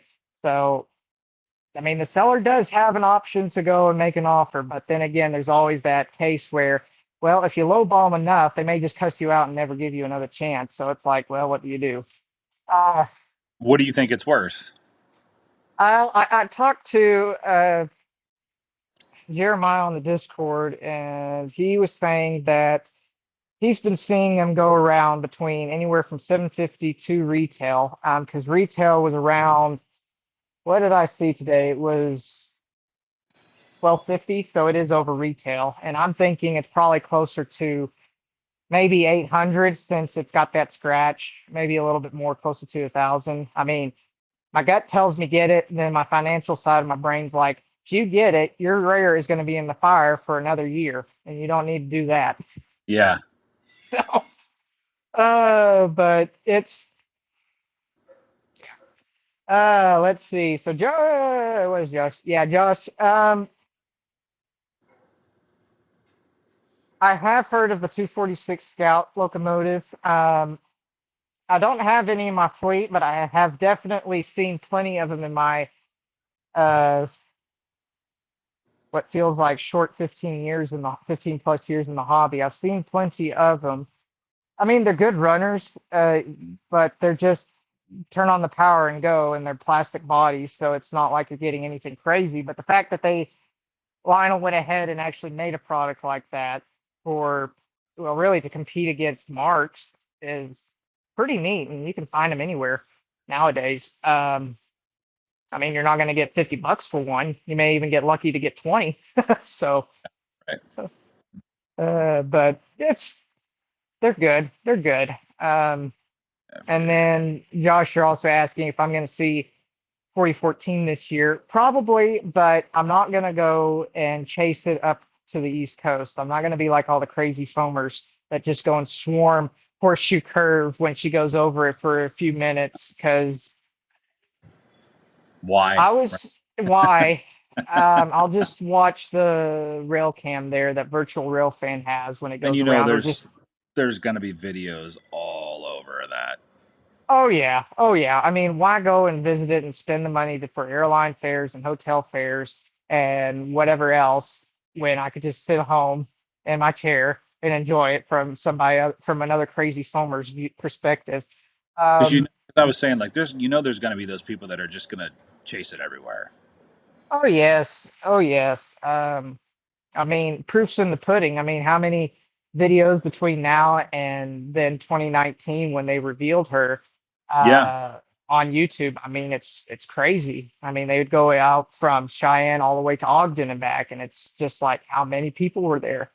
Um, I mean, I probably will see her eventually, but it won't happen until if UP brings her back down to the state of Texas. Then I probably will see Is 4014 it again. supposed to go? Is it supposed to go at all through Texas? We don't know. We don't know just yet. They hadn't announced that information just yet. All we know is just the second part of the tour where they're just going up to Philadelphia for the 4th of Yep. July and Yep. then taking a more southern route through St. Louis back to Cheyenne. So I don't know if they're just going to go all the way back to Cheyenne and do another inspection and then come south through Denver into Texas and do the southwest area. Um, I mean, she's come down to Texas twice, once in San Antonio and once in Fort Worth, and I got to see her at those two locations as well. What year? One in 2019. When was that? So the San Antonio one was in 2019, November, and then the Fort Worth was 2021 or 22. I can't remember. That's a bit sad, but time Yeah. flies. Um, but the Yeah. first time I got, oh, go ahead. No, they're definitely going to be putting it through its paces. I mean, it's going to be a long journey for it for sure. It will. I mean, I have a feeling the only reason why they've been doing these schedules and blocks is because they're really hoping that the government finally goes for some strange reason to accept their second bid for the merger with NS so they can go further out and Yeah. further south instead of doing a uh, trackage right rental Right. agreement with NS and CSX. Because I mean, I don't personally, I'm not for it. I can see economically how well it can be because it can open up the chokehold in Chicago. But at the same time, it's going to force CSX and BNSF to do something drastic, and we really don't need any of that, Yeah. to be honest. Um, I mean, BNSF was already the first mega merger with BN and Santa Fe, so we really don't need another one right now. Right. Yeah. But beyond that, yeah, first time I'll never forget was 2019 again in May. I got to see her in Ogden when they first debuted her with 844. That was fun. And ironically, we were able the next day.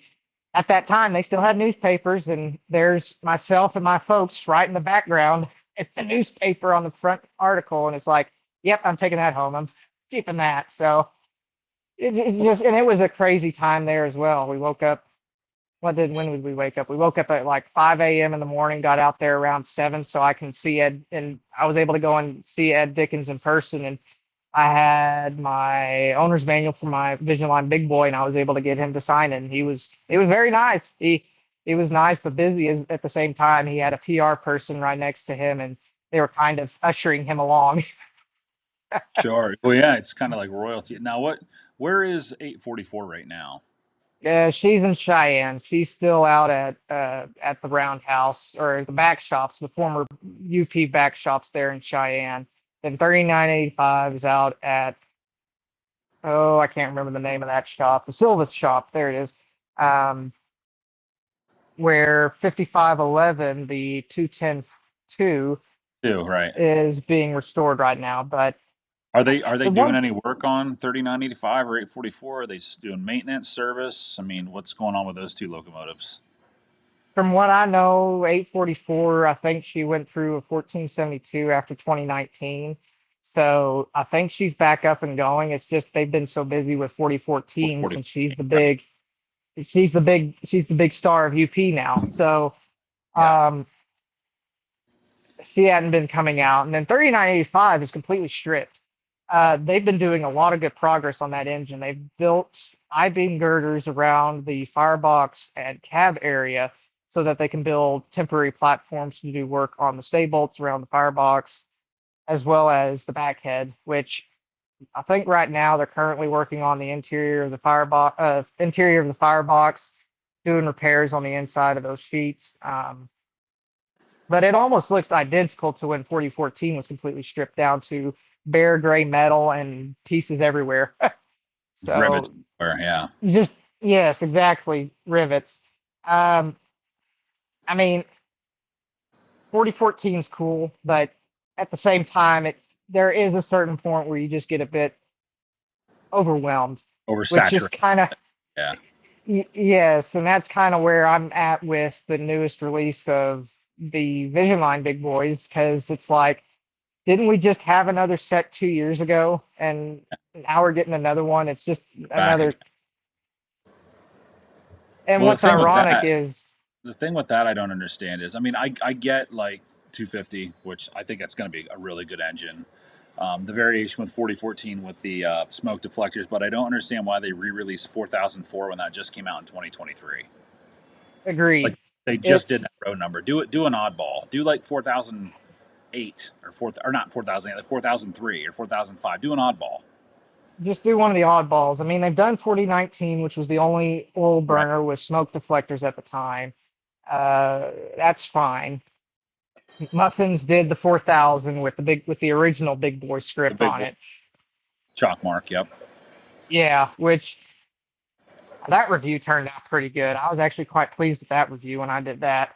Um, I mean, what's ironic is if you look back at the what is it, 2010 Volume One catalog, when Lionel announced the Vision Line range with the CC2S, and then the first 210-10-2, Right.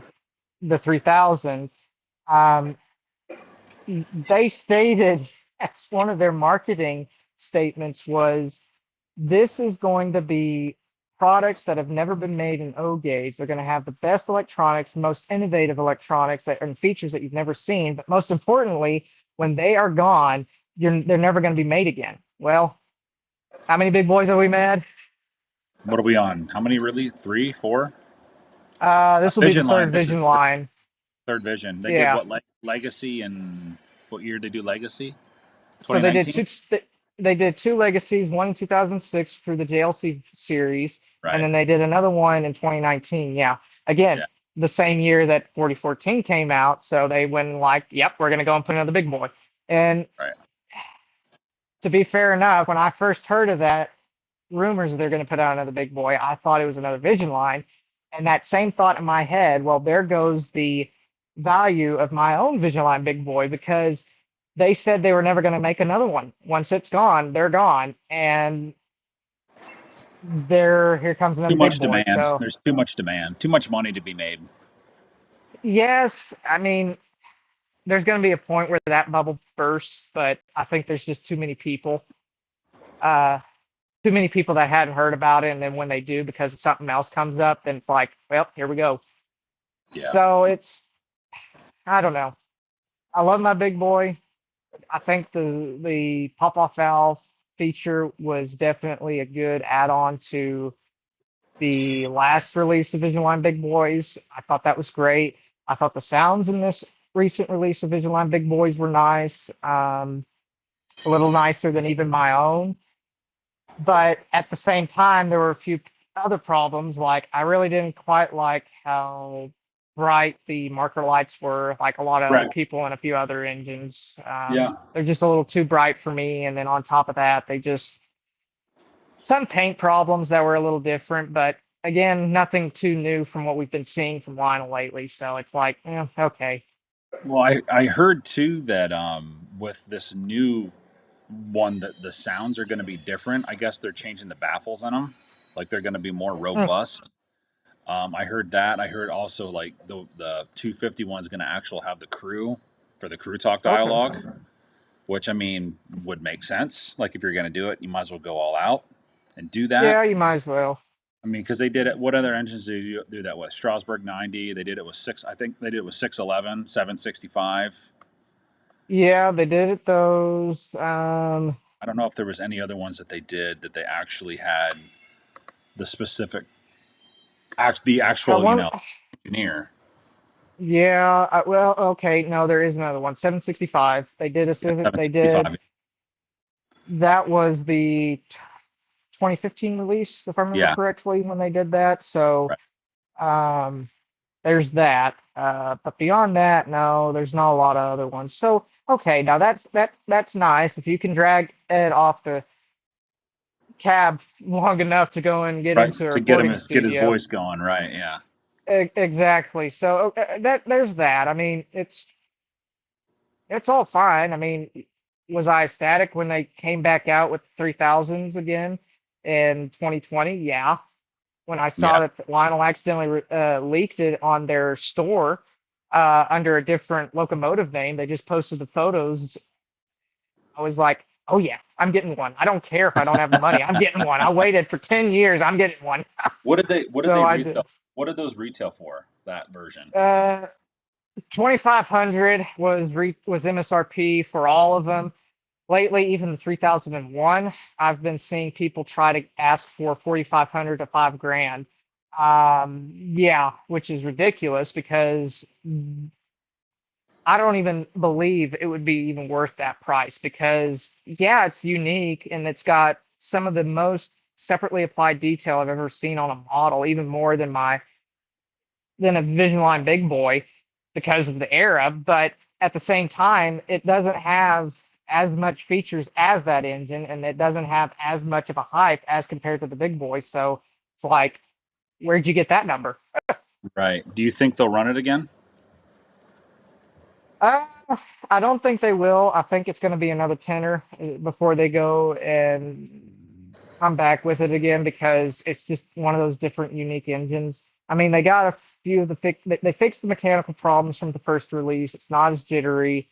Um, they fixed the sound problems so that it's no longer requiring a tether between the tender and the locomotive to get the surround sound. So that's very nice. Smoke Yeah. units are great on it. Bluetooth is all right, but I'm not crazy about it because I've had an engine, they're incorrectly painted 611.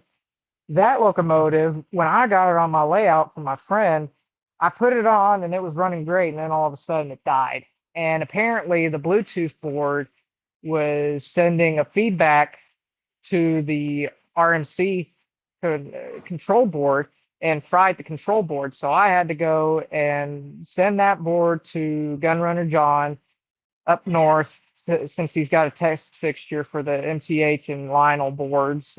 He said, yeah, it's dead as a doornail. And so I got me, thankfully, a brand new board for that engine, put it in, and it was still giving me problems because at that time I had no idea uh, the Bluetooth board was giving me any problems. But as soon as I unplugged that dadgum Bluetooth board, it just came to life like normal. And it was like, oh my gosh, this itty bitty board that is not even Just a, ruined it all. Yeah. it just ruined it all. So every time I get a Bluetooth engine, the first thing I do is I just turn it off because I'm like, I ain't going through that again. And now that I know that they're not really good, I'm Yeah, not there's going no to sense chance in it. having that interference, just shut it off. No, no. And nowadays, even this was, oh, this was another fun one. So when the triplexes came out, they Lionel didn't specify you needed to turn off the Bluetooth in order to get the 4-digit running system.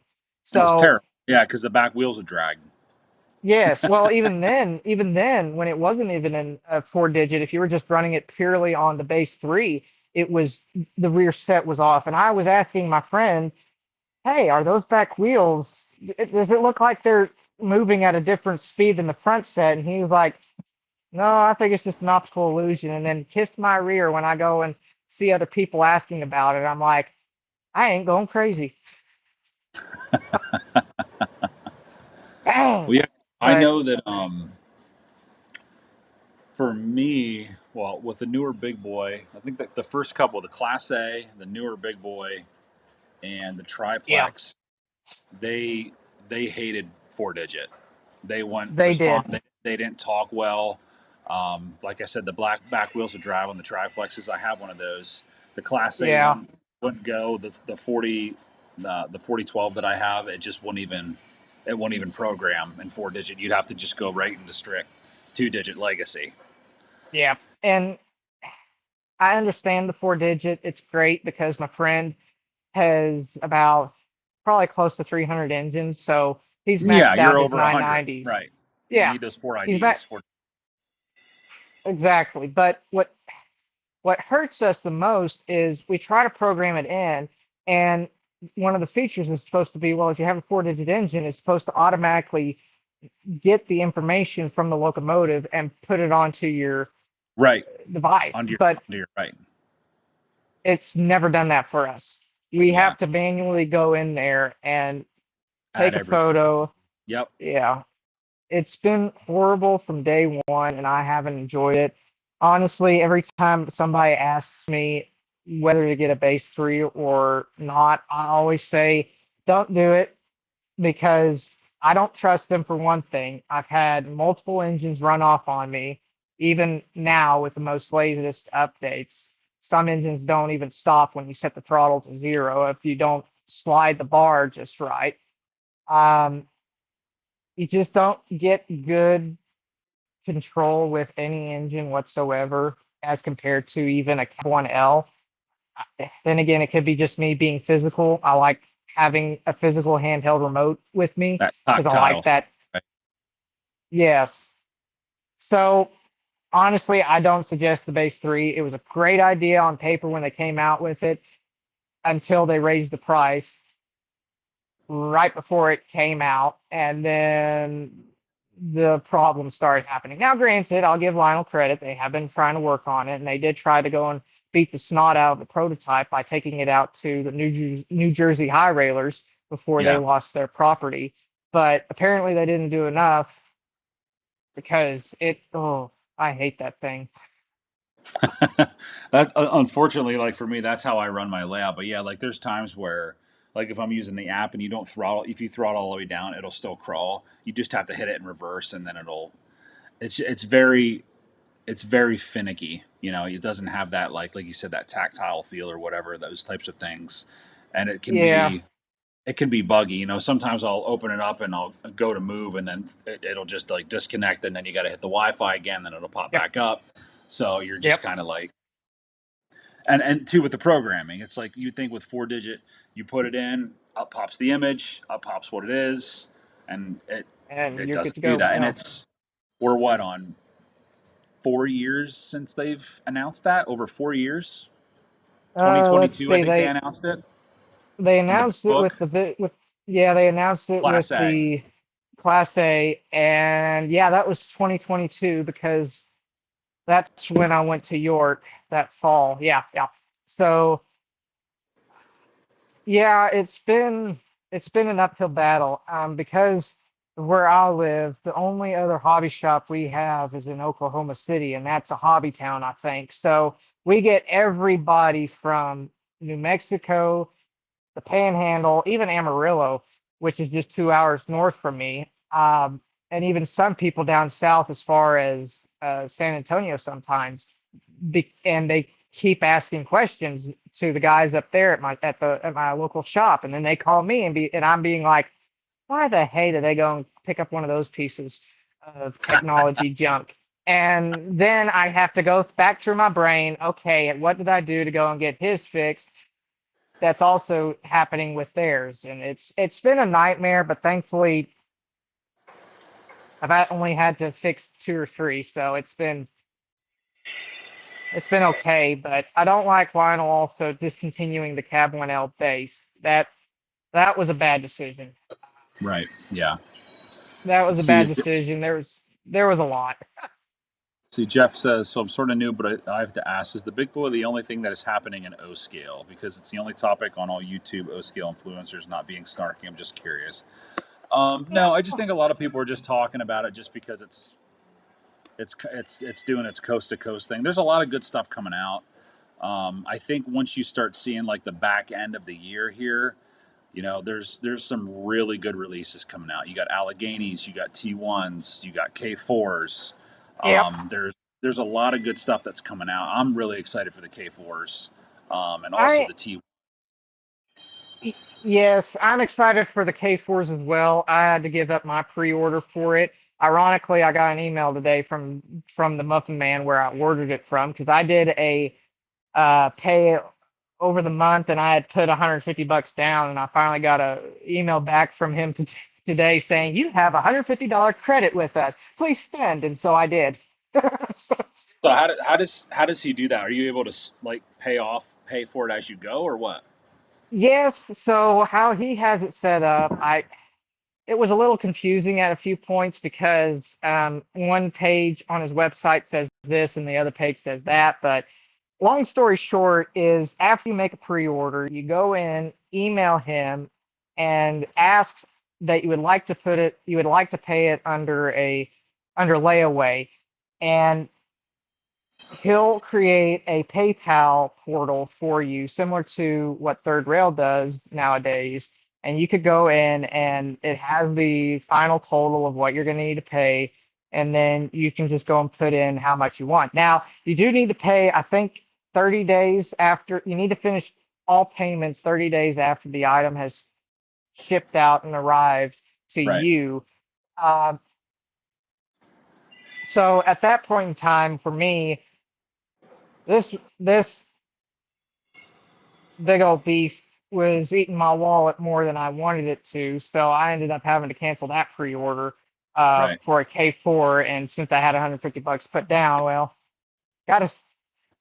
I was wondering when it was going to come back, and it did, and then it went back to him.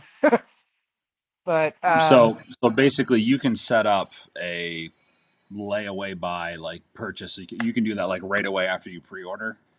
oh yeah, you can, sooner the better. Right. Especially since if you probably on a logistic end, if you didn't email him probably as soon as possible after you make a pre-order, he's probably never going to find your email, say a month later, saying, "Hey, I want to go and Right. put this on a layaway plan."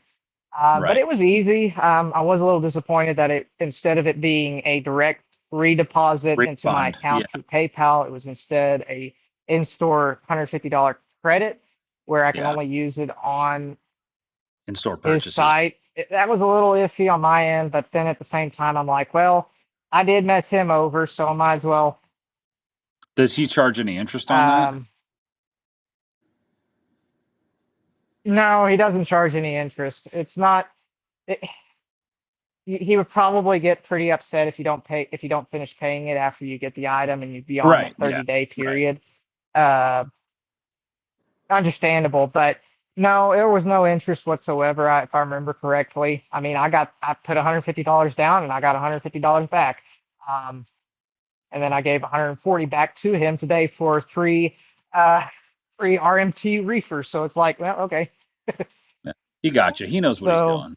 He knows how it I works. mean, it's yeah, he does. He does. I mean, that's where those coal hoppers came from. Those came from him, from Big Rich, because Big Rich was like, instead of sending a check through the mail, let's just do a trade. And I was actually on a flight coming home from the Smoky Mountains in eastern Tennessee, and he's texting me in Discord saying, I really want your 280. I really want your 280. Do you want to trade, or is there any kind of rolling stock you would like to trade? And I'm like, well, I have been looking at 2-bay coal hoppers. And he's like these? And I'm like, yeah, those are them. So Nice. it worked out just fine. But if I ever go back to York, I know I'm going to be in serious trouble because I mean, It's oh what I'll yeah, I probably know. end up doing is just living at the Lower Susquehanna Model the train club just so that I just don't end up finding myself Just don't buying go. Yeah, too many just go things and run then spending trains and too don't much buy money trying anything. to ship it all the way back here to West Texas. Because Right. last Yeah. time I did that, it was a pain in the behind. Oof. Kentucky, do I have Okay, any? which I do local is not that? have any FPC. Oh, dang it! The big boy no skills like football all year long, Come on, honey. 365. Let's see here. I just got an email from Muffin, speaking of the And devil. I mean, yeah, it's fun. York is fun. I mean, I enjoyed it when I was there, so it's I had close to $700 when I went in, and I had zero when I went out. So it was like, okay. There you go. Kentucky, Mike, what about Nick's Crossings? Nick's Crossing? He's a good dude. Oh, we lost. There he is. Uh-oh. There we You're go. good. You're good. Um, Uh, York was all fun when we went. We ended up going to Strasbourg for a day. That was fun. We rode behind 475 before she had her incident with the front front loader. So that was, yeah, before she became Scarface. Oh, you turd head reefer. Uh, let's see if I can get my queen to run. If the reefer will hold. Come on, honey. There you go. Josh Cannon says he's going to see Big Boy 4014 in Illinois, July 18th. Very nice. Lovely. Lovely. Well, That'll be cool. yeah, that will be cool. I'll actually be going to Chicago next Friday to catch the Empire Builder, and take it all the way out to Seattle. So that'll be fun. Oh, nice, nice. Yeah. We're just, that reefer. Jeez, and crackers. Um, well, it's late, so everything's not wanting to run nice and That's all happy. right. Oh, yeah, I forgot that wire's unplugged. Mike, do you have any BNSF ET44 C4s to give away? To give away, Oh, gosh. I have SD70 Max that I don't run. I need to get rid of. SD70 Max, those, poor Max. Train Man Dan's here. What's up, dude? How are you? Oh, gosh. Good to All the see. big wigs are coming. Speaking of American Freedom Train, he's getting the whole kit and caboodle. Of course he is. Why The not? whole thing. Well, if I was thinking about it, but I was like, Lionel, you really dropped the ball on this, releasing 22 plus passenger cars on us. Like, it's a little much. It is. I mean, they hold their value. That's the only reason why I even considered making a pre-order for the 250 because they hold their value and then some, and everybody is extremely patriotic when it comes to that. Yeah. Oh yeah, So, sure. And that's one of the uh, reasons why I wanted to maybe get 250 was just because why yeah, not? You know, why but I not? don't. We'll see. We'll see. We have some time. That's the cool thing about Well, pre-order. We have time. I, yeah, I think the last time I saw anybody saying when they're going to come out was September, October, I think. So it's coming up. Yeah, I think I saw on the website it was end of the year, but like for it's bad because I got the K4 Broadway Limited set with 10 passenger cars coming, Right. then an Allegheny, Of course. then a T1 with all 8 passenger cars, As well. and then they want to throw the big boy in the end of the year. You know, it's like, come on, guys, let's just put the cherry on top. Let's just put It's another just $2,400 engine on there, yeah, they just yeah. It and they always can do it because happens. they're Lionel. Yeah, yeah. It's Lionel. They're the big L. Yep. Yet they don't admit when they do take a big L. Yeah, So, this is true. This is true. I This mean, is, I have oh, there's a lot too many. There's too many horror stories, and I never wanted to become the negative naysayer. Oh, and sometimes I wish I never made that video where I stated the down where what did I title it? The rise and fall of Lionel Trains or something like that. It's right. become the biggest video I've produced to this date. I think it's got close to 20,000 views, and I'm like, dang, people like drama. Um, Oh, they do. They do, man. they do. And the only reason why I was even making it was because Sam of Sam's Trains out that used to work at Lionel in Nashville, he and I became friends, and just by happenstance, he was having problems with Atlas switches, and he was asking those questions on the OGR, and I was just happened to be in Gatlinburg, Tennessee, just 3 hours away from him, and I'm like, well, I might as well just go and try to help him out, and so I did. Yeah. Um, but he no longer works at Lionel, and the only reason why I even got a lot of the information, a lot of the grudge with Lionel to this point is because, oh, dang it, no, no, no, no, no. Oh, oh, okay. I was worried it just died on me. You're No, good. no, You're we're good. good. You're We're good. good. Um, he had just heard so much junk from Lionel when he was working there at the Nashville store. I mean, granted, he was so okay. This is what got me really ticked off. So at the time, so let's see, this was 2023. They had just put out the latest release of Vigilon Big Boys. Guess how much it costs for Lionel to even produce them? I can't even imagine. $500. For a big boy? 500 to $700. Yes, that's what their cost is. Yeah, just let that sink in for a second. The only reason why I can actually say that is because that was been a few years ago, and he doesn't work for Lionel anymore. So it's like, yeah, I can spill the beans for him. So, yeah.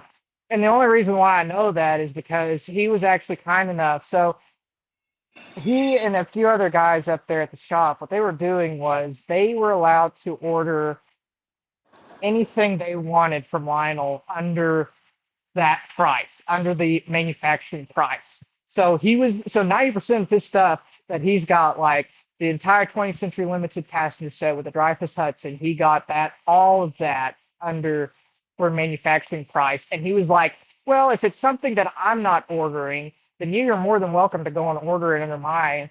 And I'm like, yeah, I'm going to do that. Absolutely.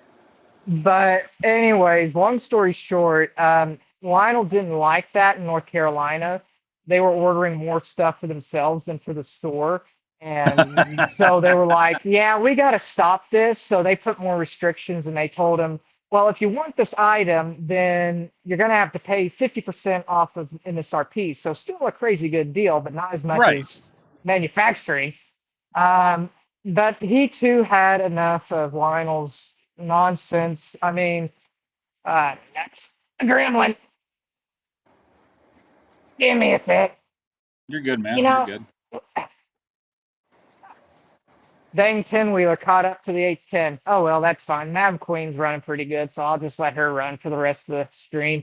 Um, so anyway, Sam was just fed up with it, and he still has a lot of friends up in Lionel right now, and he still gets some of the good juicy stuff for me every once in a while. But again, sometimes I just wish I never made that video because it's just turned my image into like the naysayer of Lionel. Yeah. I've had multiple people say, well, a lot of all of you big time YouTubers are always just jumping on the naysay bandwagon, and I always come back and say, well, 90% of my collection is Lionel, and the only reason why I'm even saying anything like this is because every dollar I put into a pre-order is a hard dollar earned, and that's from side jobs and working outside Right. just to have fun with the stuff. So it's not like I can go and be like Eric's Trains, not trying to bash him or anything, which he gets a lot of subsidies and I don't.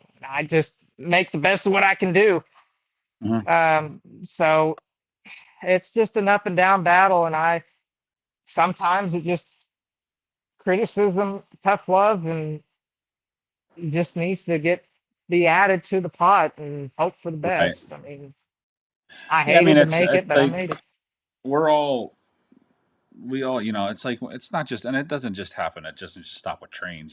It's with everything that you buy. Oh yeah, When you spend a lot of money on something, you want the best, and that's why you're spending top dollar on things. You're not just going to be like, oh well, it is what it is. No, it's not like that. And I think that when people no, start doing that and rocking the boat, people are like, oh well, you hate Lionel or you hate this or that, and it's not about hating it. It's just that we just expect to have higher quality. quality.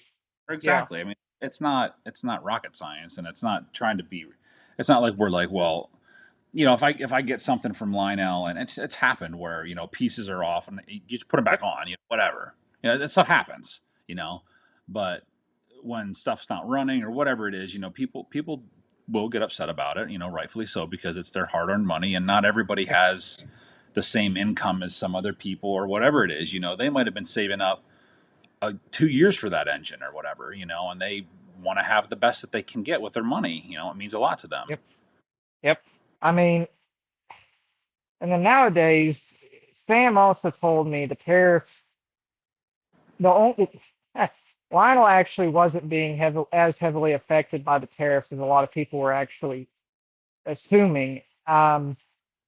They just happened to have used the situation at the time when they went and did the increase in prices. They actually just used the national media situation as an excuse.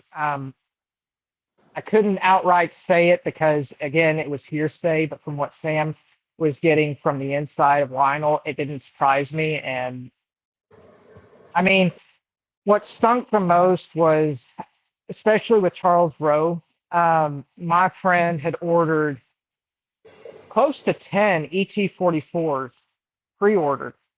And this was the original price, pre-order Right. price, plus the good discount Tariff. they gave, All right. and Yeah, the early buy price. Right. the early buy price. And I mean, it was crazy good, like $200 off or something like that, as I think is what we did the math on.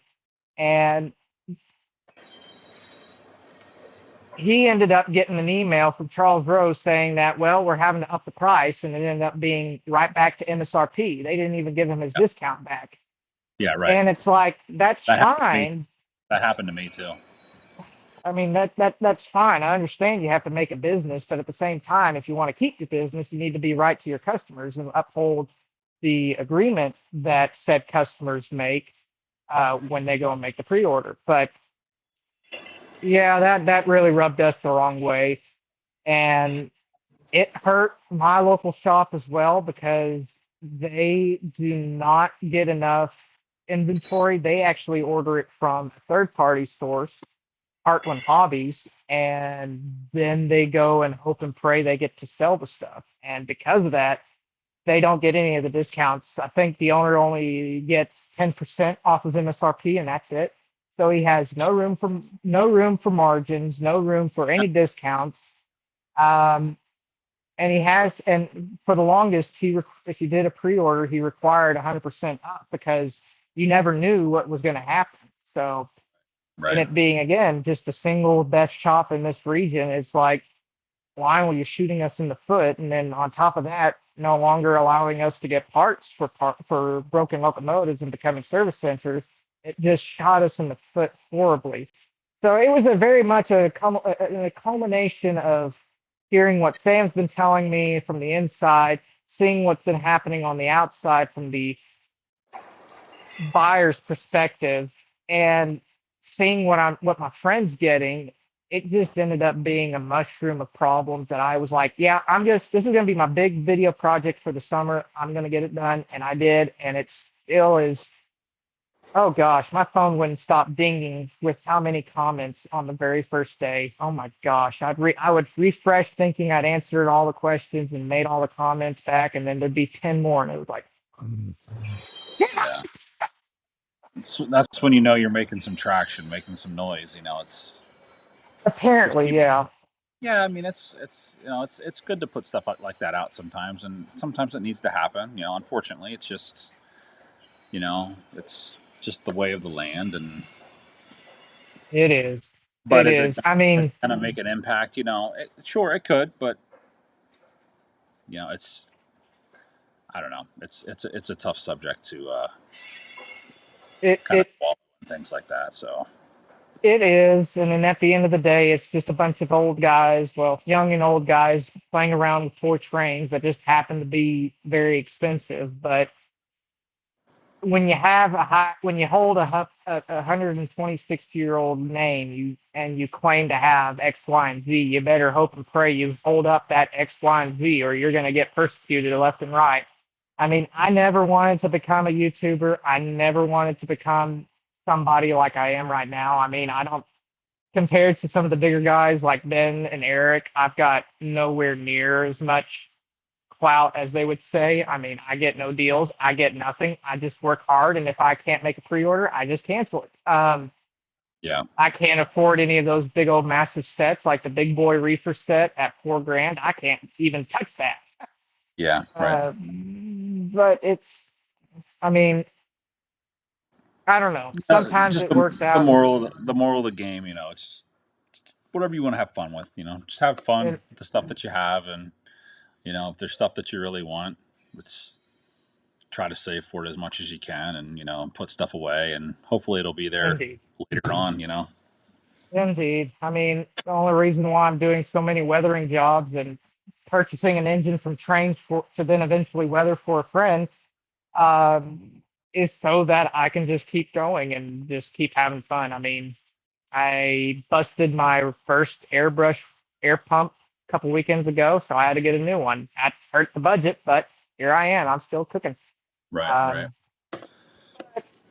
Yeah, I mean anyways, it's just one of those things where it's like just enjoy the hobby, have fun with it, and speaking of Ben's here too, man. oh gosh, Ben. Oh Bro, I'm a collector. gosh, oh no. There's stuff I can't. Yeah, absolutely. I'm sure with everybody, man. It's just like we think everybody gets everything and they don't. It's Yes. not like that. Exactly. Yes. What I was just saying. Like, love the stuff you got. Like, have fun with it. It's. I like to watch the videos like Eric and stuff and like Ben because it, I like to see the stuff that maybe sometimes that I don't would typically buy, and just to see Right. like ET44s and things like that, and like a lot of the Atlas stuff. I know Ben's a big fan of and things like that. It's really cool to see those guys review Blue that stuff. block blue box bliss. Oh yeah, yeah, absolutely. And it's good to see. But on the same token, I always tell people you never, and it goes a lot of it goes beyond trains. You never know people's stories. No. That's the biggest thing. You don't know where they come from. You don't know what their struggles are if they have any or whatever it is. It's Right. just again, it's enjoy what you have. It's kind of like sometimes with the old guys how they kind of like cringe on the younger kids and the modern stuff. They know you need to run the older trains and things like that. So it's I mean if that's your bag, Yeah. that's your bag. It's just have fun with it. Just have fun with it. Well, yeah, and to kind of, I know it's getting close to 10 o'clock your time and 9 o'clock on my end, so I'll Yeah, probably man. just end on this note, Yeah, since yeah, absolutely. everybody's getting late, and I want to respect y'all's time. I Um, appreciate. I mean, Jeremiah put it great in his video on connecting from his perspective on seeing what in the world's going on with the older generation and even the younger generation, and how to bring it back together. I mean, I am still a member of the OGR forum. I have last April I purchased a 2-year online subscription so I could continue on there, because at the time I wasn't a part of the Discord channel. I hadn't even touched Discord at all, so I never knew that even existed. So because of that, the OGR was my only outlet. And I have Yeah, found some great people. I'll be honest, I have found some great people amongst the weeds. And that's what's, at least from my perspective, that's what hurts the most, is there are some great people out there. It's just sometimes there are a few too many not so great individuals that gatekeep and downturn and make whatever subject. It doesn't even have to be model trains. It's everything. Gatekeep something great and ruin it for the younger generation. A lot of the things that he stated in his video, I'd experienced personally, at my own local club. Things I've experienced as well with, the OGR as well. I mean, yeah, some of the stuff from my generation, yeah, some of the stuff on there, the rules and whatnot, uh, they were very vague, and it's like, well, how would you define X, Y, and Z, and how, okay, if it's defined like this, how would we know unless something bad happened? And it's like, okay, like, oh, for instance, so when Lionel came out with their first release of the SD70 ACEs in the Air Force One paint scheme, but for President Trump, the number 4545. Um, my father and I, my friend bought it, of course, and he was looking at it. We were all looking at it, and all of a sudden we saw the shield. It was the presidential shield for Bush, oh, geez. and yeah, so we were like, oh man, I wonder how many of the old farts on the OGR would get a kick out of it. And so we tried posting it and it got deleted. So I thought, well, maybe it didn't load through the first time. So I reposted it again, and I eventually got an email stating, well, this is a political message, so you can't do that. And I'm thinking, Oh, well, there's Patch Trains doing political hand cars through MTH. There's the Muffins. There's, all these other individuals paying to go and be advertisers, getting away with the political stuff. So why can't the regular members? Which, again, it's a double-edged sword where you can't really start a fight, since that's a heated subject. Unfortunate to say. My perspective, if you don't learn something from the opposition and they don't learn something from you, then you aren't having a good conversation. You're not being open to anything. So, sure. anyways, it just ended up being weird, and I've had my hand slapped every once in a while, of course. But so then again, I don't use it as much, so it's like, well, okay. Of course, my usage of the OGR my hand hasn't gotten too red yet, but I don't know. I enjoy it, and when the 2 year subscription's up, I'll probably get another 2 years, since it was only like $50, because Yeah.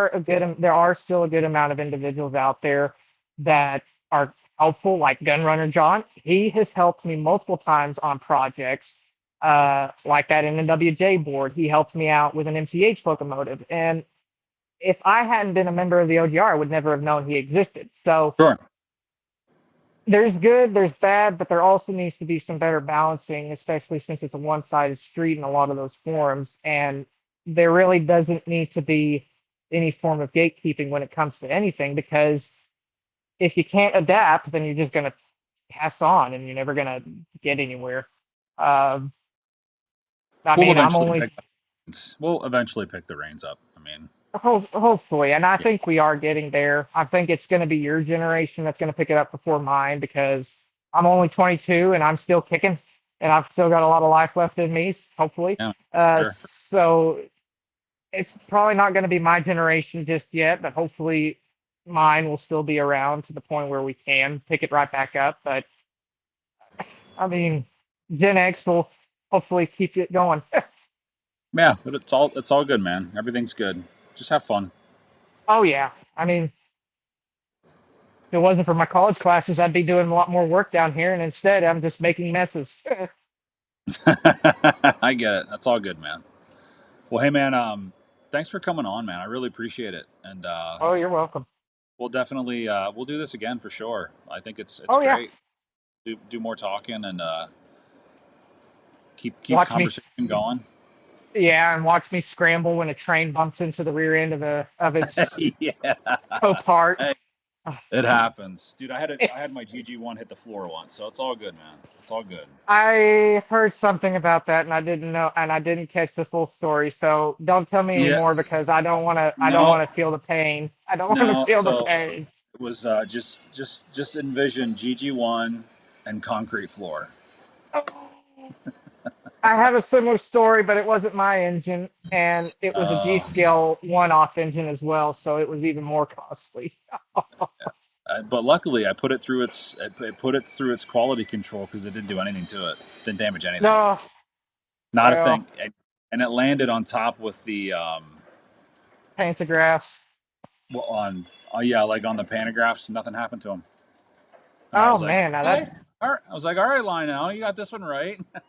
okay. Okay, well, And I mean, besides a few of okay. it fell 41 inches onto the floor.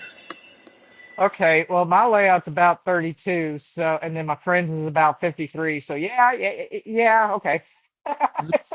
It took a bump, so but yeah, it's Yeah. all good, man. But yeah, man, thanks so much for coming Jeez. on, and we'll talk soon. And Yeah, enjoy the rest of your evening and run some trains, brother. Thanks again. Appreciate you, you. you're welcome, y'all too. And Josh, yes, I do. Just look up Trainmaster 04. You can find my Yep. channel easily. Trainmaster 04, if you guys don't, for those of you who don't know who he is, most of you Yeah. guys do. There's a couple that don't, but look him up. He's got some good videos. You're gonna make me blush. But Oh, anyways, stop it. Stop it. No, man. Give credit where credit's due. thanks. Well, y'all take care and keep having fun. All right. See you, Cameron. See you, Ben.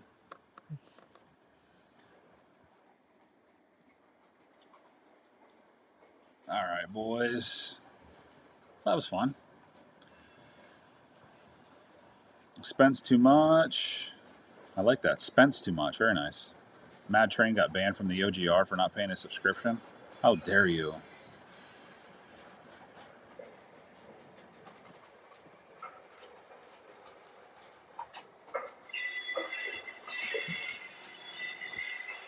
Train Man Dan, I saw your comment up here. You're looking at getting a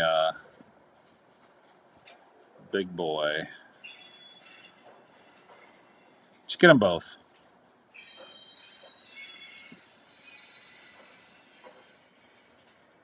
Yep, great place. Just surround yourself with positive people. Is the gist of everything. It's things are going to be what they are. Just have fun.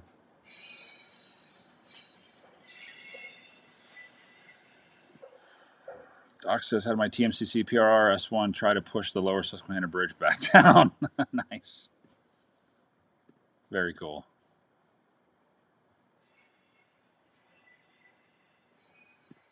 For a young guy, he speaks very mature attitude and speaks very well. Yeah, he's a good guy. He really likes his trains. He does a good job. Ohio, thanks for coming on, man. Yeah, don't forget to check out Mad Mike next tomorrow. It's gonna be fun. Yeah, dude, get that one, and dude, you got to get the Freedom Train one too. You're getting all the Freedom Train cars. You might as well have a Freedom Train big boy.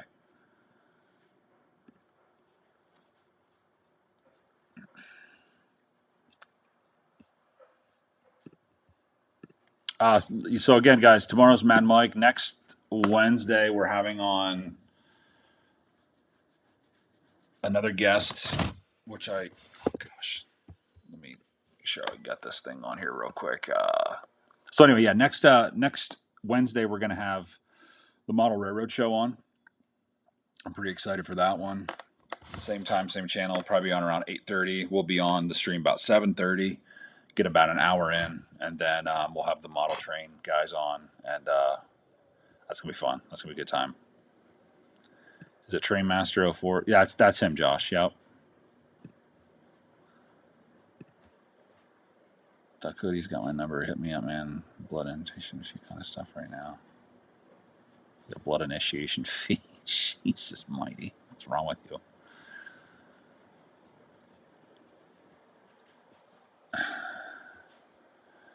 All right, boys. So we're gonna probably call it a night here. After having him on and having some pretty good constructive conversations. Ben Strain was on here earlier. Thanks, Ben, for coming on. We appreciate you. I appreciate you. It's really awesome that you come on here. One of the greats. Keith, Mike, you've been killing it lately with guests. Thanks, man. That's the goal. It's to get other people on here, just to give an outlet for you guys to get on here. If you want to come on, Keith, sometime you can.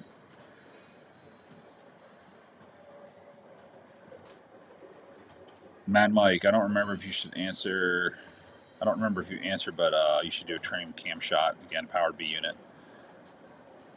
That would be cool.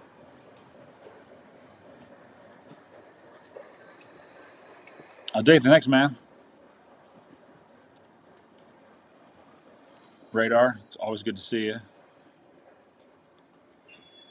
Josh, good to see you too. Get Ben on? Okay, we'll get Ben on. I'll reach out to Ben. All right, boys. We'll enjoy the rest of your evening, and we'll see you next week. Again, Mad Mike tomorrow. Trainman Dan, if you're still on. I'm not sure if he's on tomorrow night. I have to get ready for dance recital for my daughter this weekend, so it's going to be a busy couple days.